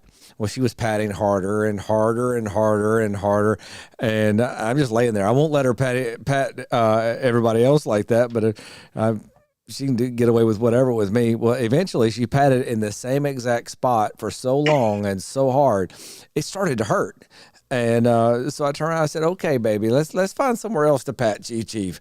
Um, but that's what these arrows are like. They hit, and it's like, oh, this rejection don't bother me. It's Yes. deflected, but then it hits Yes. again and again and again and again and again and again, and it begins to penetrate because now we're getting hit with the same thing so many times, something that normally wouldn't even bother us, but Mhm. we're getting hit so many times, and then we stop and we allow that arrow to break flesh, to break skin, and now it's beginning to release that poison, and then now comes the process of healing, because once Mhm. we are healed of that, now the enemy knows where to get us. Mhm. It now becomes a future vulnerability, and he's going to come Yeah. back and begin to hit again and hit again and hit again. So it's so important that we defeat these areas of vulnerabilities. Most often, when we have a vulnerability or a weakness to something, we are going to shy away from that area. Um, Mhm. but we need Yep. to address these issues head on. Yes. Uh, Yeah. I have an issue with rejection. I've got to get delivered of this right now, because I'm not Yes. going to let my future be hijacked by rejection. I've had this in conversation with you before, because I absolutely hate it when ministers fall from grace, Mhm. and I hate it for them, but I also hate it for those that are under their ministries, because so many people have so much confidence and faith in the minister that when the minister falls, so many will actually lose out with God as a result, and it's heartbreaking. But when I see a minister fall, especially to affair or multiple affairs or things like that, my thought is this: they knew years ago that they had an issue. If they would have dealt with that issue back there, uh, perversion or issues in their marriages or whatever the issue is, if they would have dealt with it back there, maybe this wouldn't have happened. But instead, it was covered up or avoided, and when the enemy waited strategically for that strategic moment at just the right time, and now you have a marriage that's ruined, you have a ministry that's struggling or even possibly ruined, you have so many people that are now uh, um, going astray, all because something wasn't dealt with.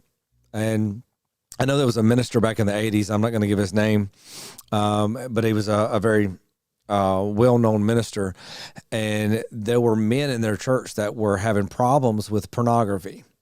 So this minister set out, he wanted to, and this is just my understanding of how the process happened, but he wanted to set out and understand pornography better so that he could help these gentlemen.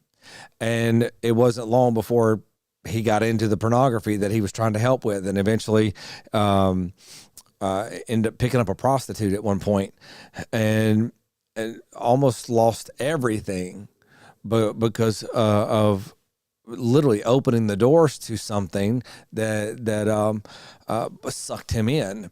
And so we have to be so aware. So your dream makes so much sense. There's this chasm and this ladder. I find it interesting that the people are on the support side of the ladder, not on the climbing side. What do you make of that? I mean, I guess I don't really know why I saw it that way, but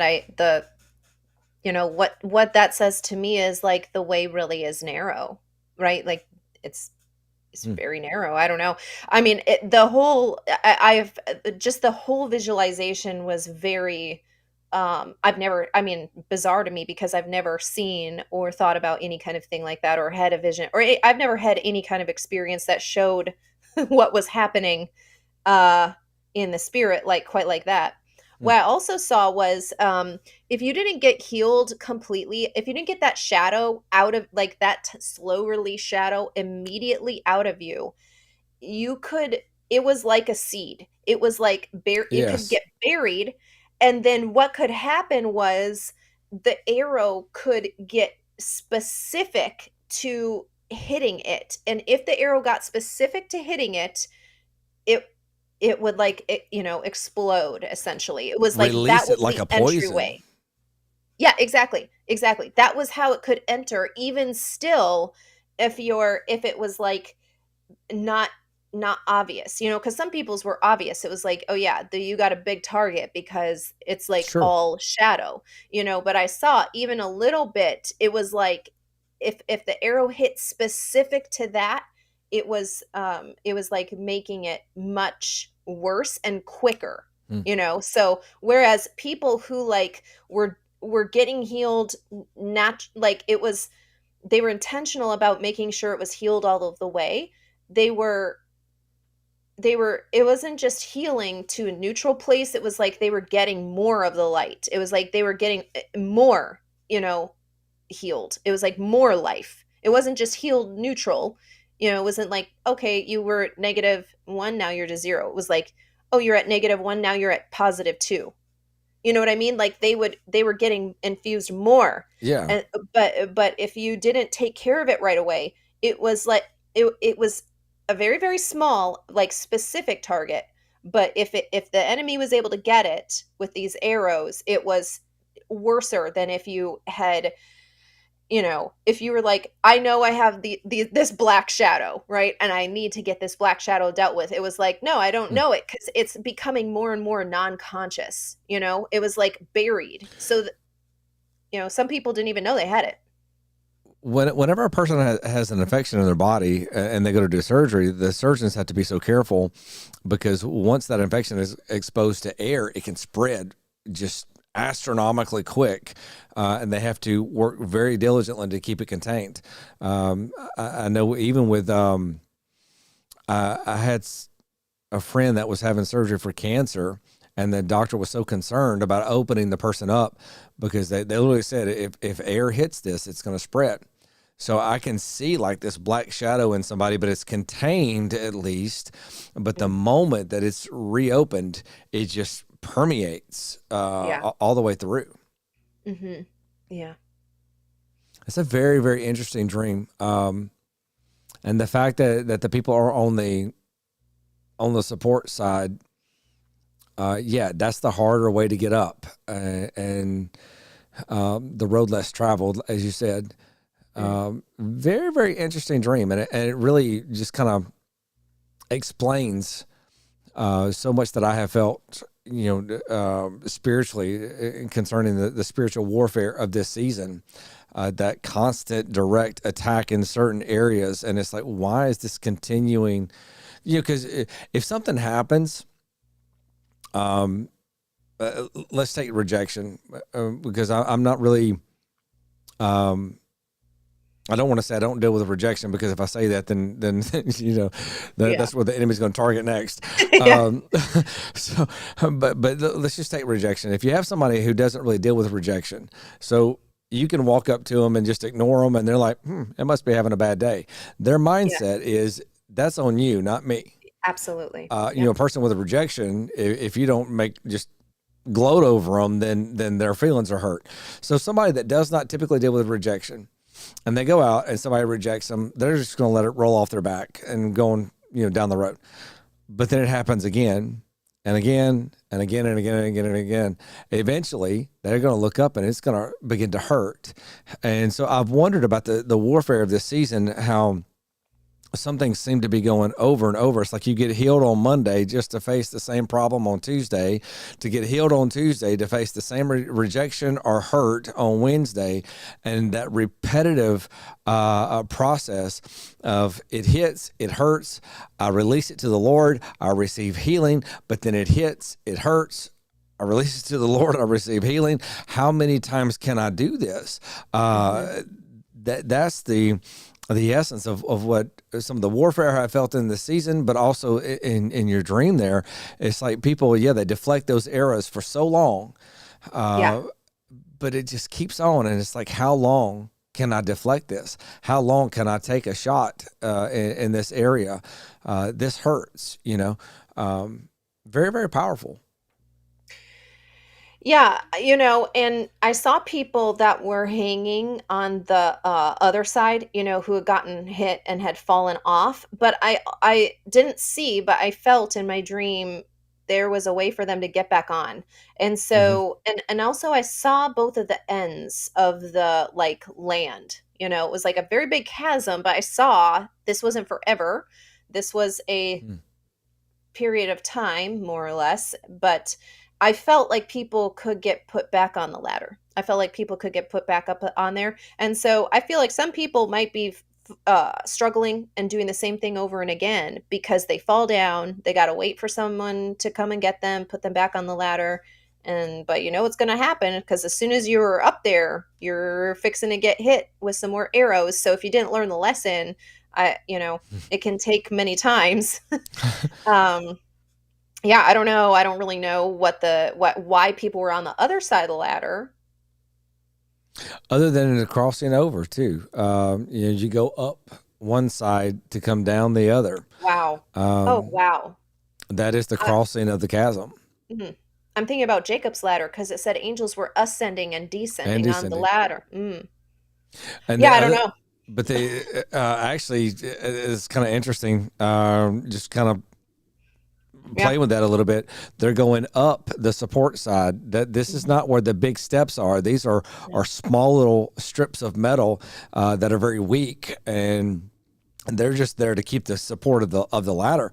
So if you're going Mm, up that side, that's the hard way up. But the way down are the larger steps, the solid steps. So the crossing mm, that chasm, we go up to fight that fight. But once we reach that peak, that pinnacle, we've got the victory. Now we can descend onto the other side of the chasm.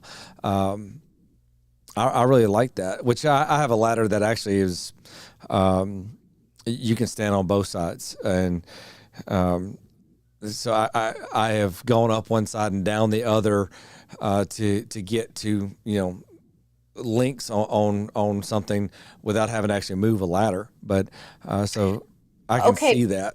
but this ladder was okay. Imagine like an old-fashioned ladder or like just a one-sided ladder, like that you would lean against something Yeah, yeah. and now turn it. So it's not shaped like an A, it's just shaped like this. Oh, And you're walking on the side. You're walking oh, on the I got skinny you. side of it. Yeah, that's how it was like a skinny side, not the other side that could be like still looking like a ladder. It didn't look like a ladder. It was, I don't know, the side of the side part. Like the ladder was turned, instead of going like this, then it's like this. Yeah, I'm seeing an A-frame ladder. No, not an A-frame. Wow. Sorry. Yeah, it was like a kind that you just like lean on something, like these blanket ladders that people have now. But it's just like tilted on its side like that. I don't know. Well, now I have a couple thoughts. Do One you? be yeah, one being that it is narrow and hard to get through, but it's Mm. also stronger. The Oh positioning, wow. if you're walking on that and it's on its side, but vertical in that sense, that's actually a stronger structure to walk on, Hmm. to carry more weight, Wow. as opposed to flipping it the other way, Yeah. where it would tend to bow. Yeah. Yeah. Yeah. Yeah. Yeah. Yeah. That's So. interesting. Yeah, Yeah. very interesting dream. Yeah. It was interesting. I was like, okay, well, I now I'm going to even be more diligent about like any kind of thing that happens, any disappointment at all. Because I actually think disappointment is really the um, Hmm. gateway, for a lot of things. And I that mean, comes back to guarding the gates because I yeah. agree. Disappointment is a gateway. Unmet expectations, which is disappointment. Um, it doesn't really matter what area, but I do know that I've dealt with a lot of people in this past probably 3 years that have dealt with family issues, breaks in families, specifically parents to children, um, and that hurt has been so deep, with mothers and fathers not having connection to their children, their adult children, where they've just been completely cut off, and that hurt is so deep, and you pray for them, and you can see that healing come, and you can see them, just the strength come on them, but then one event. They get word from somebody else about the grandchild or a special event in their kid's life that they were not a part of, and it just comes crashing back down, and which is a pain that only someone in that position can really understand. And this is I don't put myself. I put myself into a lot of people's shoes the best I can mentally, but with the understanding that unless I've been where they are, I don't know what they're feeling because when it comes to your family, that's a deep, deep pain. And so I see this so much, and it just makes sense that if we will get healing and walk in a continual place of healing and deliverance, that ladder reaches the other side. This doesn't last forever. Sometimes the enemy begins to lie to us and tell us, I say sometimes, all the time, but whatever we're going through, that it's never going to change. There's no hope in this situation. This is as good as it gets. It's only going to get worse from here. And that's a lie.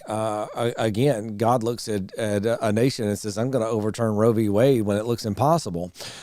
So whatever situation that someone is facing, we need to understand that God is not confined to what looks to be the impossibilities of our situation. He's always faithful. He's always all powerful, and he can turn things around in the blink of an eye. Absolutely. And two, well, without the backstory, I'll just tell you, I think when you let go of thinking that you have to control or have a certain type of how it looks in the Yes. meantime, a lot of times we judge the chapter we're in as thinking that's the entire book, and I don't want my story to end this way, so I'm going to do everything that I can to make the ending come out how I think the ending should come out. Yep. And two things. Number one, you're not the author of the story. And number Mm-hmm. two, everybody's on their own journey. And so sometimes when you have to understand that just because you want that journey to go a certain direction and you want to take certain people with you on this journey, you have to respect everybody has free will and that they get an option to choose a different path and to make a different way. And that's okay. And you should love them anyway, Yeah. of like, okay, I accept that our story is going to have a divergence of paths for a little ways. Mm-hmm. And when you're able to do that, it's like things come back into focus a lot clearer because again, we tend to focus on what we don't have. Right. So I tend to, when I'm in the Mm-hmm. pit of poverty, I'm focusing on, I don't have wealth. I don't have abundance. I don't have opportunities. There's no possibilities for me. But when I actually can see everything in God's perspective, which is like, even in this pit, I have a million opportunities. Like that's when we can start to partner with God better. Yes, so much comes down in there to perspective and to well, how about this? We try to control so much, and this is what you were saying. We try to control the outcome, and we also try to control the process to the outcome. And whenever we release it, releasing something is not giving up on something. Two very, very different things. Yeah. But when we release the control, then it actually frees God to enter into something. As long as we're trying to control it, God's not entering into this. He does not supersede our will. He gives us free will, and he gives us that reign. And he is not going to supersede our free will in our own matters. He's waiting for us to receive his will. And so as long as we're trying to manipulate God or control God, God, you better do this right at this time and all this kind of stuff. And this is the way it's going to look and so forth and so on. As long as you're stuck in that control, go back to the way we started this. It's about the process. And when you understand that part of this, there may be many, many reasons why this situation has happened, but part of this, process of restoration is God teaching you to release the control to him and Mhm. trust in him. When you're a child, you can put a child on a table and reach out your arms and say, jump to me. Mhm. And if that child trusts you, they're going to jump to you Yeah. because they have history. They know you catch them every single time. Mhm. But yet, there's no guarantee that you're going to catch them. And when we Mm. release something to God, it's us coming to the end of the table And when we're trying to control it, God says jump, and we say no. I want a step stool. I'll step down and I'll walk to you. He says no, jump to me. And so our response when we're trying to control is, I don't want to jump. I don't know that you're going to catch me. But when we have faith and we release it, we just look and say, okay, God, I'm going to jump because I know you catch me every time. And this is what that release is about. It's just releasing that control. And it may not look like you want it to look. Ultimately, it's probably going to look better than what you sketched out Yes. anyway. Yes. Oh my goodness. Absolutely. So just release it to God and let Him draw the end picture. It's not in us to design the end. He's the designer. It's just on us to reach the end, and the only way we can reach that end is to embrace that process that will take us to that place. I think it's amazing to know that as long as we're in that place with the Lord, there's nothing that can stop us from getting where He's called us to be Isn't that except amazing? ourselves. Yeah. Yeah. There's no demon, there's no enemy that can Yep. stop us.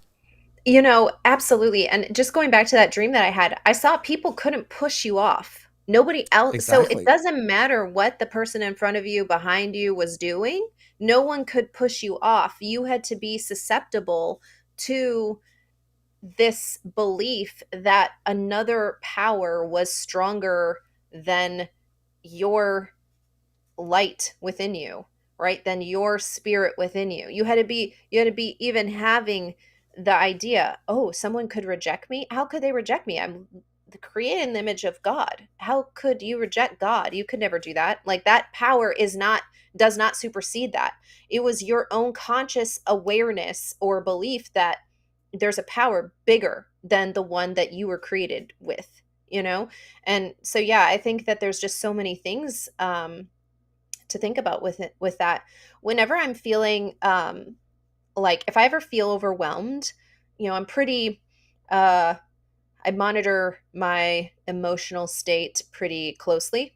So I'm pretty quick to recognize if I'm coming off of my baseline, especially because, I had, the doctor had said that I had adrenal fatigue back in February. And so I just had to really shift a lot of the things that I do and the way that I live my life.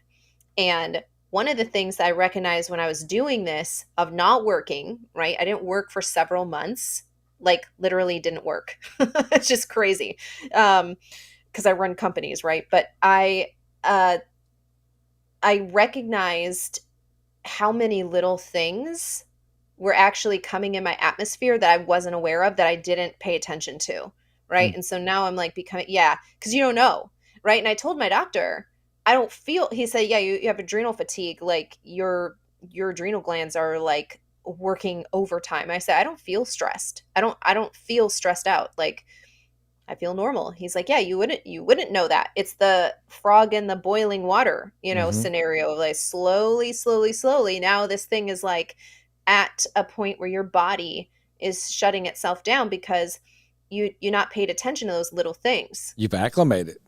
You've acclimated, absolutely. And he's like, yeah, I see this all the time with CEOs, with, people who run big companies or whatever. And in my head, I was like, I don't have that much responsibility to be like this crazy stressed out, and I don't even know it, which is wild because I have a prayer life and I meditate and I go to the gym and I eat healthy, and I'm super aware of consciously putting my body in a state of life, right?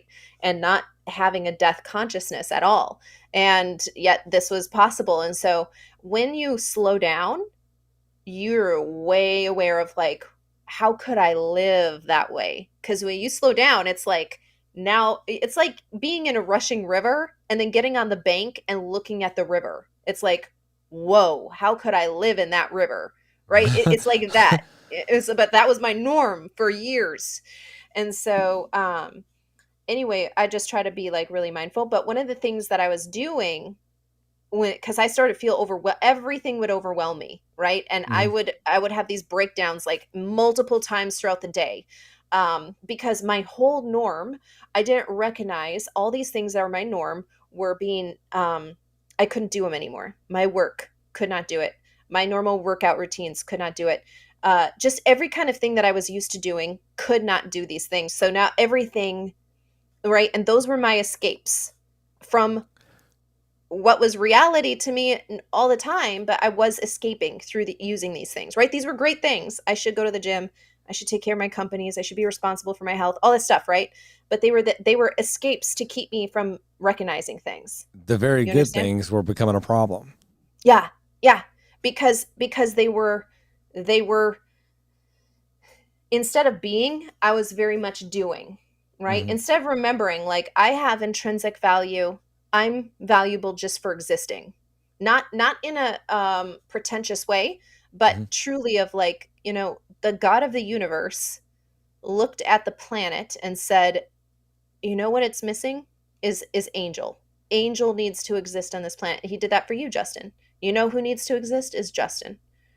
Justin Akers needs to exist. He needs to be doing these things. He needs to have this type of family. He needs to birth these children. He needs to be a grandpa to these children, right? So this is true. This is true of every person on the planet, but we forget about where we came from. And now we start thinking, I need to be doing all these things. Otherwise, what am I doing with my life? And I'm not productive and I'm not placing value back into the planet. When I produce value simply by existing is what do you understand the difference? I'm not saying like Huge. bow down to me, all of you No, peasants. I'm no, not no. saying that. I'm saying my my value of what God's plan for me was not toil and it was not earning everything. Yes, I need to, consequences happen to our actions naturally, right? So if I'm diligent, I get certain actions. If I'm not diligent, I get certain actions back, right? But so often we feel like we have to earn acceptance. We have Yeah. to earn love and affection. Yeah. If you're not doing this, whether it be with your children, if you don't buy them enough things, then Yeah. your children aren't going to love you. Yeah. If you don't do enough things for your spouse, they're not going to love you. Their attraction to you is based on, if you took out the Yes. trash and Yes. fixed the plumbing and did all these Yes. things. Uh, as a pastor, you're Yes. only as valuable as being there enough for people, Mhm. and that puts you into a servitude. I don't mean a servant heart, but a servitude positioning where you're everybody's servant, everybody's free labor. Because you're trying to earn that place, that position of pastor, and that has nothing to do with it. And yeah, I love that. Just the Lord showing you your intrinsic value as a God breathed person. Um, Yeah. And he was showing me you can counterfeit systems. So instead of just operating in pure grace of allowing it to be easy, I was using adrenaline, right? Which mhm, is my body was getting into severe levels of stress. I was putting my body like literally a tiger chasing me all day every day is mhm. the level of stress my body was feeling, but in my head I'm thinking normal, right? This normal atmosphere. So, but one of the things that I started to really be mindful of is like if I because you'll notice, like I said, how could you not notice if you're in a raging river and now you're on the bank of the river and you're watching the river and you're used to being wet, but now you're dry, right? It's like everything is Mhm. shifted, everything is changing. So I started to notice as soon as any kind of thing would overwhelm me, then I would say, I cast this burden onto the Christ within and I go free. Mm. I cast this burden on the Christ within and I go free. And I still do that now. It's one of my favorite phrases because it really realigns me and reminds me like my portion is not to toil. My portion is not to try to figure out all of the world's problems. Um, my purpose on this planet is not to try to see how much stuff I can put on my back and carry and walk around like I'm normal. My purpose is just to exist and to like love.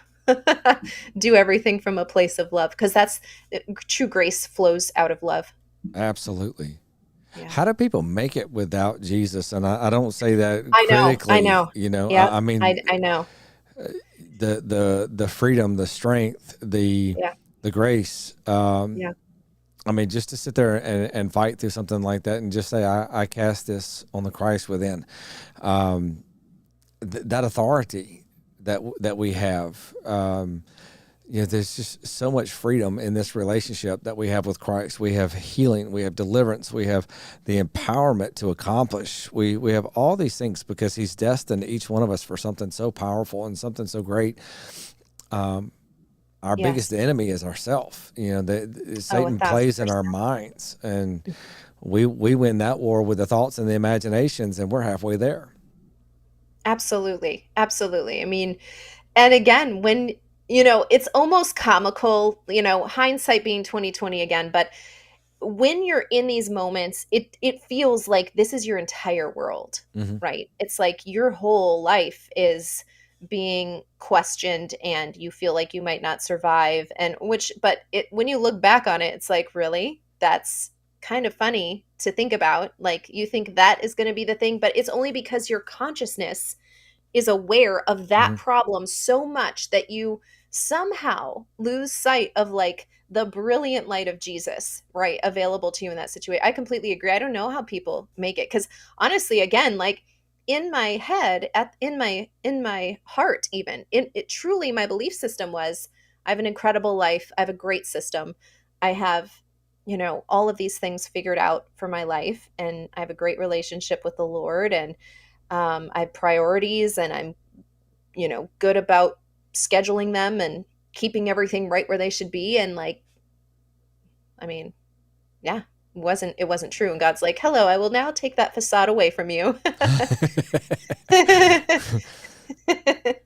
So, I mean, I definitely understand how people can feel overwhelmed, but it's also like kind of funny when you think about, like, do you think that God put you here just to have like that problem, whatever it is that you're facing, that sickness, that lack, destroy you? It's just your awareness of it is really what's causing it to seem so That's it. overwhelming.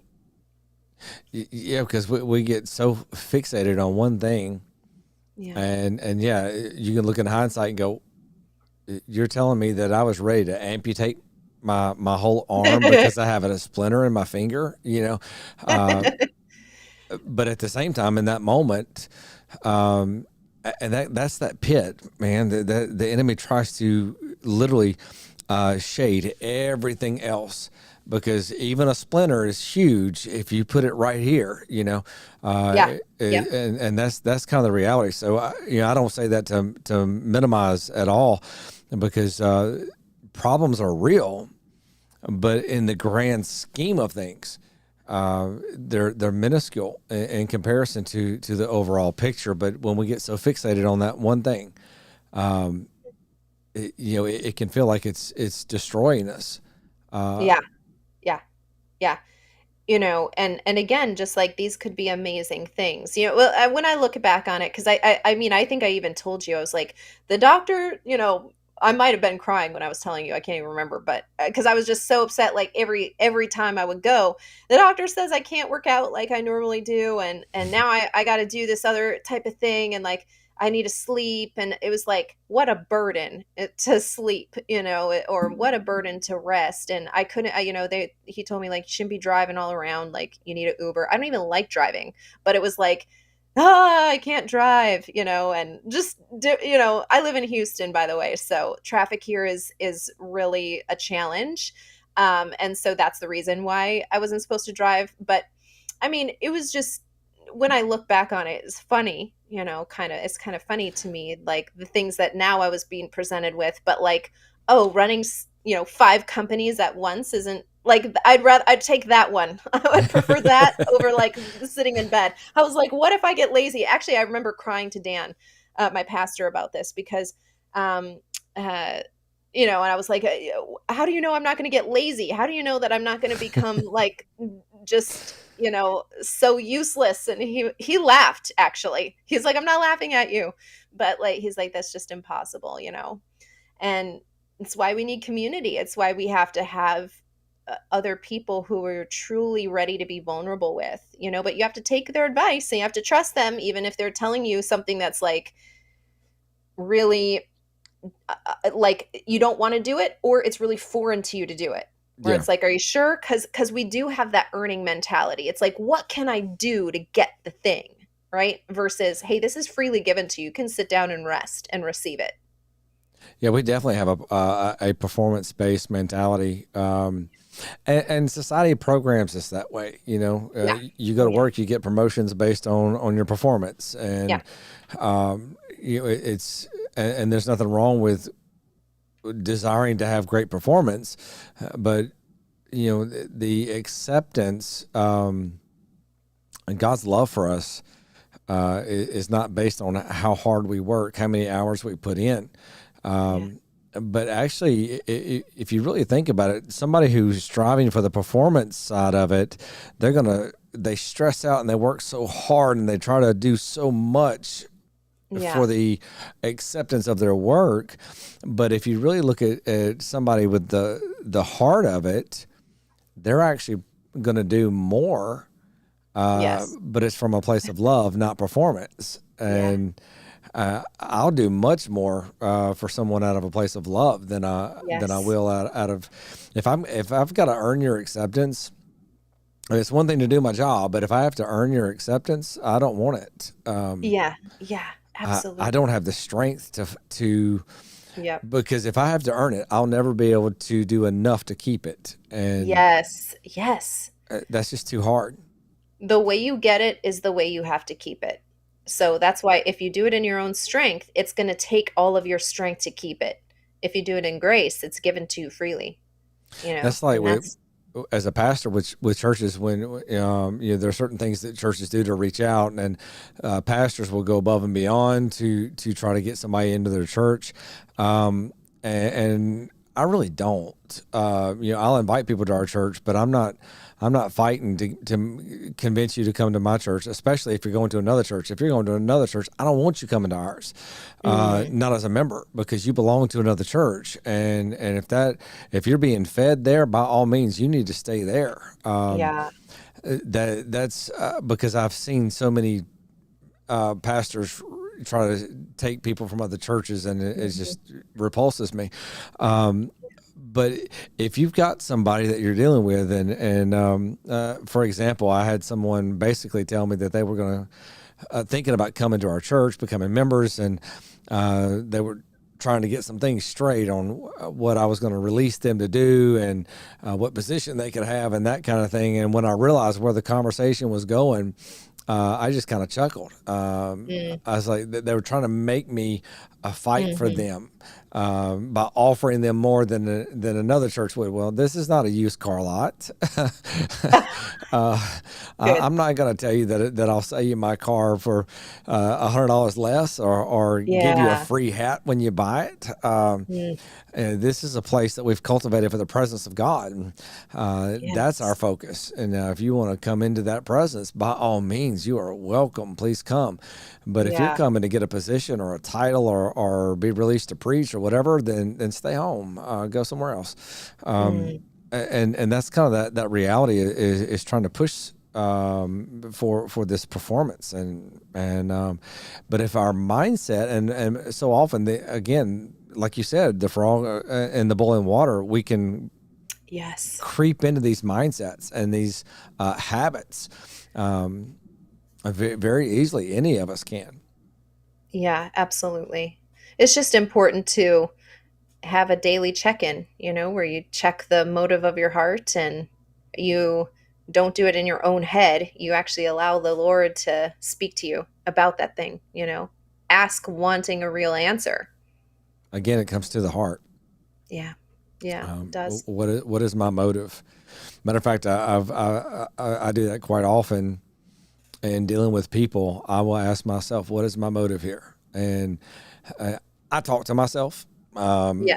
I mean, I'm always up for good conversation, and so I figure I'm a good one to talk to. So, so no, I'll ask myself those questions. What's my motive in this? Where's my heart in this? And there are times that I've done things strictly out of duty, and because I knew my heart wasn't there, Mhm. and I would pray about it before I did it, and still feel like God was leading me to do it. Mhm. Especially if it's been like for instance, people that have intentionally tried to hurt me, Yeah. and then to be there for them. And I'm like, Yes. I'm more or less kind of like, God, do I have to do this? And I'll Yeah. check my heart. Why am I doing this? And and ultimately, if my answer is because I love them, then I'm all in. And if my answer is because I feel like God's telling me to, I'm all in. Mm. Any other answer is not good enough. Yeah. That's so good, Justin. I I completely agree. It's just really important in this day and time, especially just to be more in touch with your motivations, because I think it's going to Mhm. get harder and harder to really make sense of things if you're judging on your outside circumstances. And people can see through your. Oh yeah. Um, it may take time. Children are Yeah. much better at Oh seeing yes. seeing Yes, they through. are. Um, Absolutely.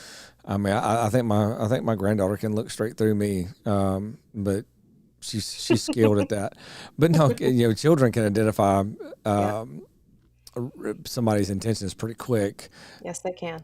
But eventually, intentions are uncovered. So if you're Yes. doing something out of the wrong heart, it will be exposed Absolutely. in time. And so if we check our heart and know that it's in the right place, that we're doing things, like ministry, when you minister for the right heart, when you pray for people from the right heart, when when you help someone, I always, I think we should always try to help people, but when you go out and help somebody for a photo op, that's not helping nobody. Just so you can post it to your website or Facebook or Hmm. whatever, and oh, look how humble I am that I stopped to feed someone that was in need. Well, you got what you got the That's right. blessing that you were looking for. You got That's right. everybody liking your post. You Congratulations, already got your reward. That's you got your exactly reward. right. Yep, that's But when your exactly heart right. is to do something out of the right heart, um, you do things and really striving so that no one knows. 'Cause you just don't care. You're not doing it so that you can get a pat on the back. You're doing that so you can accomplish what your heart is being moved to accomplish. So, um, Absolutely. anyway, very very good stuff. We are actually at 12:30. Did you know that?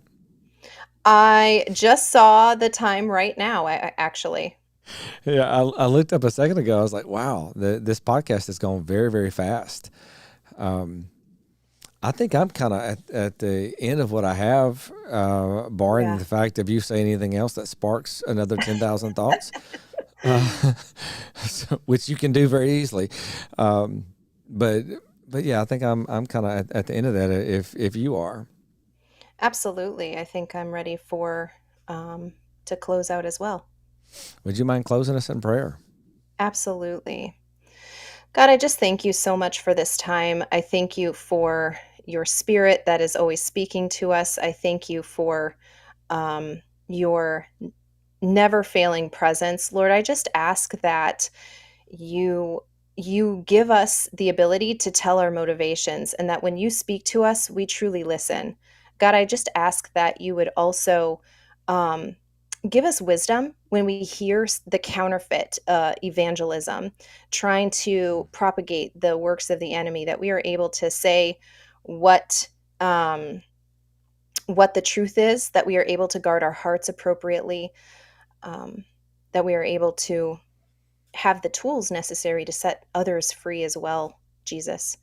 I thank you that you have put Justin and his family in my life, and I just pray that these words really help and bless and land with those who are under the sound of our voices, that we may even deeper purify our hearts, that we may know you more, and that we can go out and do your will and be about your business, Father. In Jesus' name, amen. Amen. Jenny, thanks for that. Jenny comment on there. No, no, don't end. So, guys, thank you so much for watching the podcast and bearing through the technical difficulties.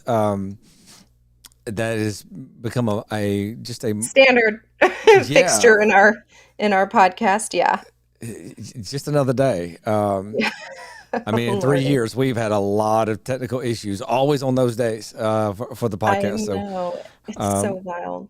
Angel, I always enjoy doing the podcast with you. And we will be back next month at the end of the last Wednesday of the month for the next Vaulting Voices. And you can check out Angel's YouTube channels and social media pages to get more information, especially if you're interested in her business mentorship programs or any of the things that she is, any of the many things she's involved in.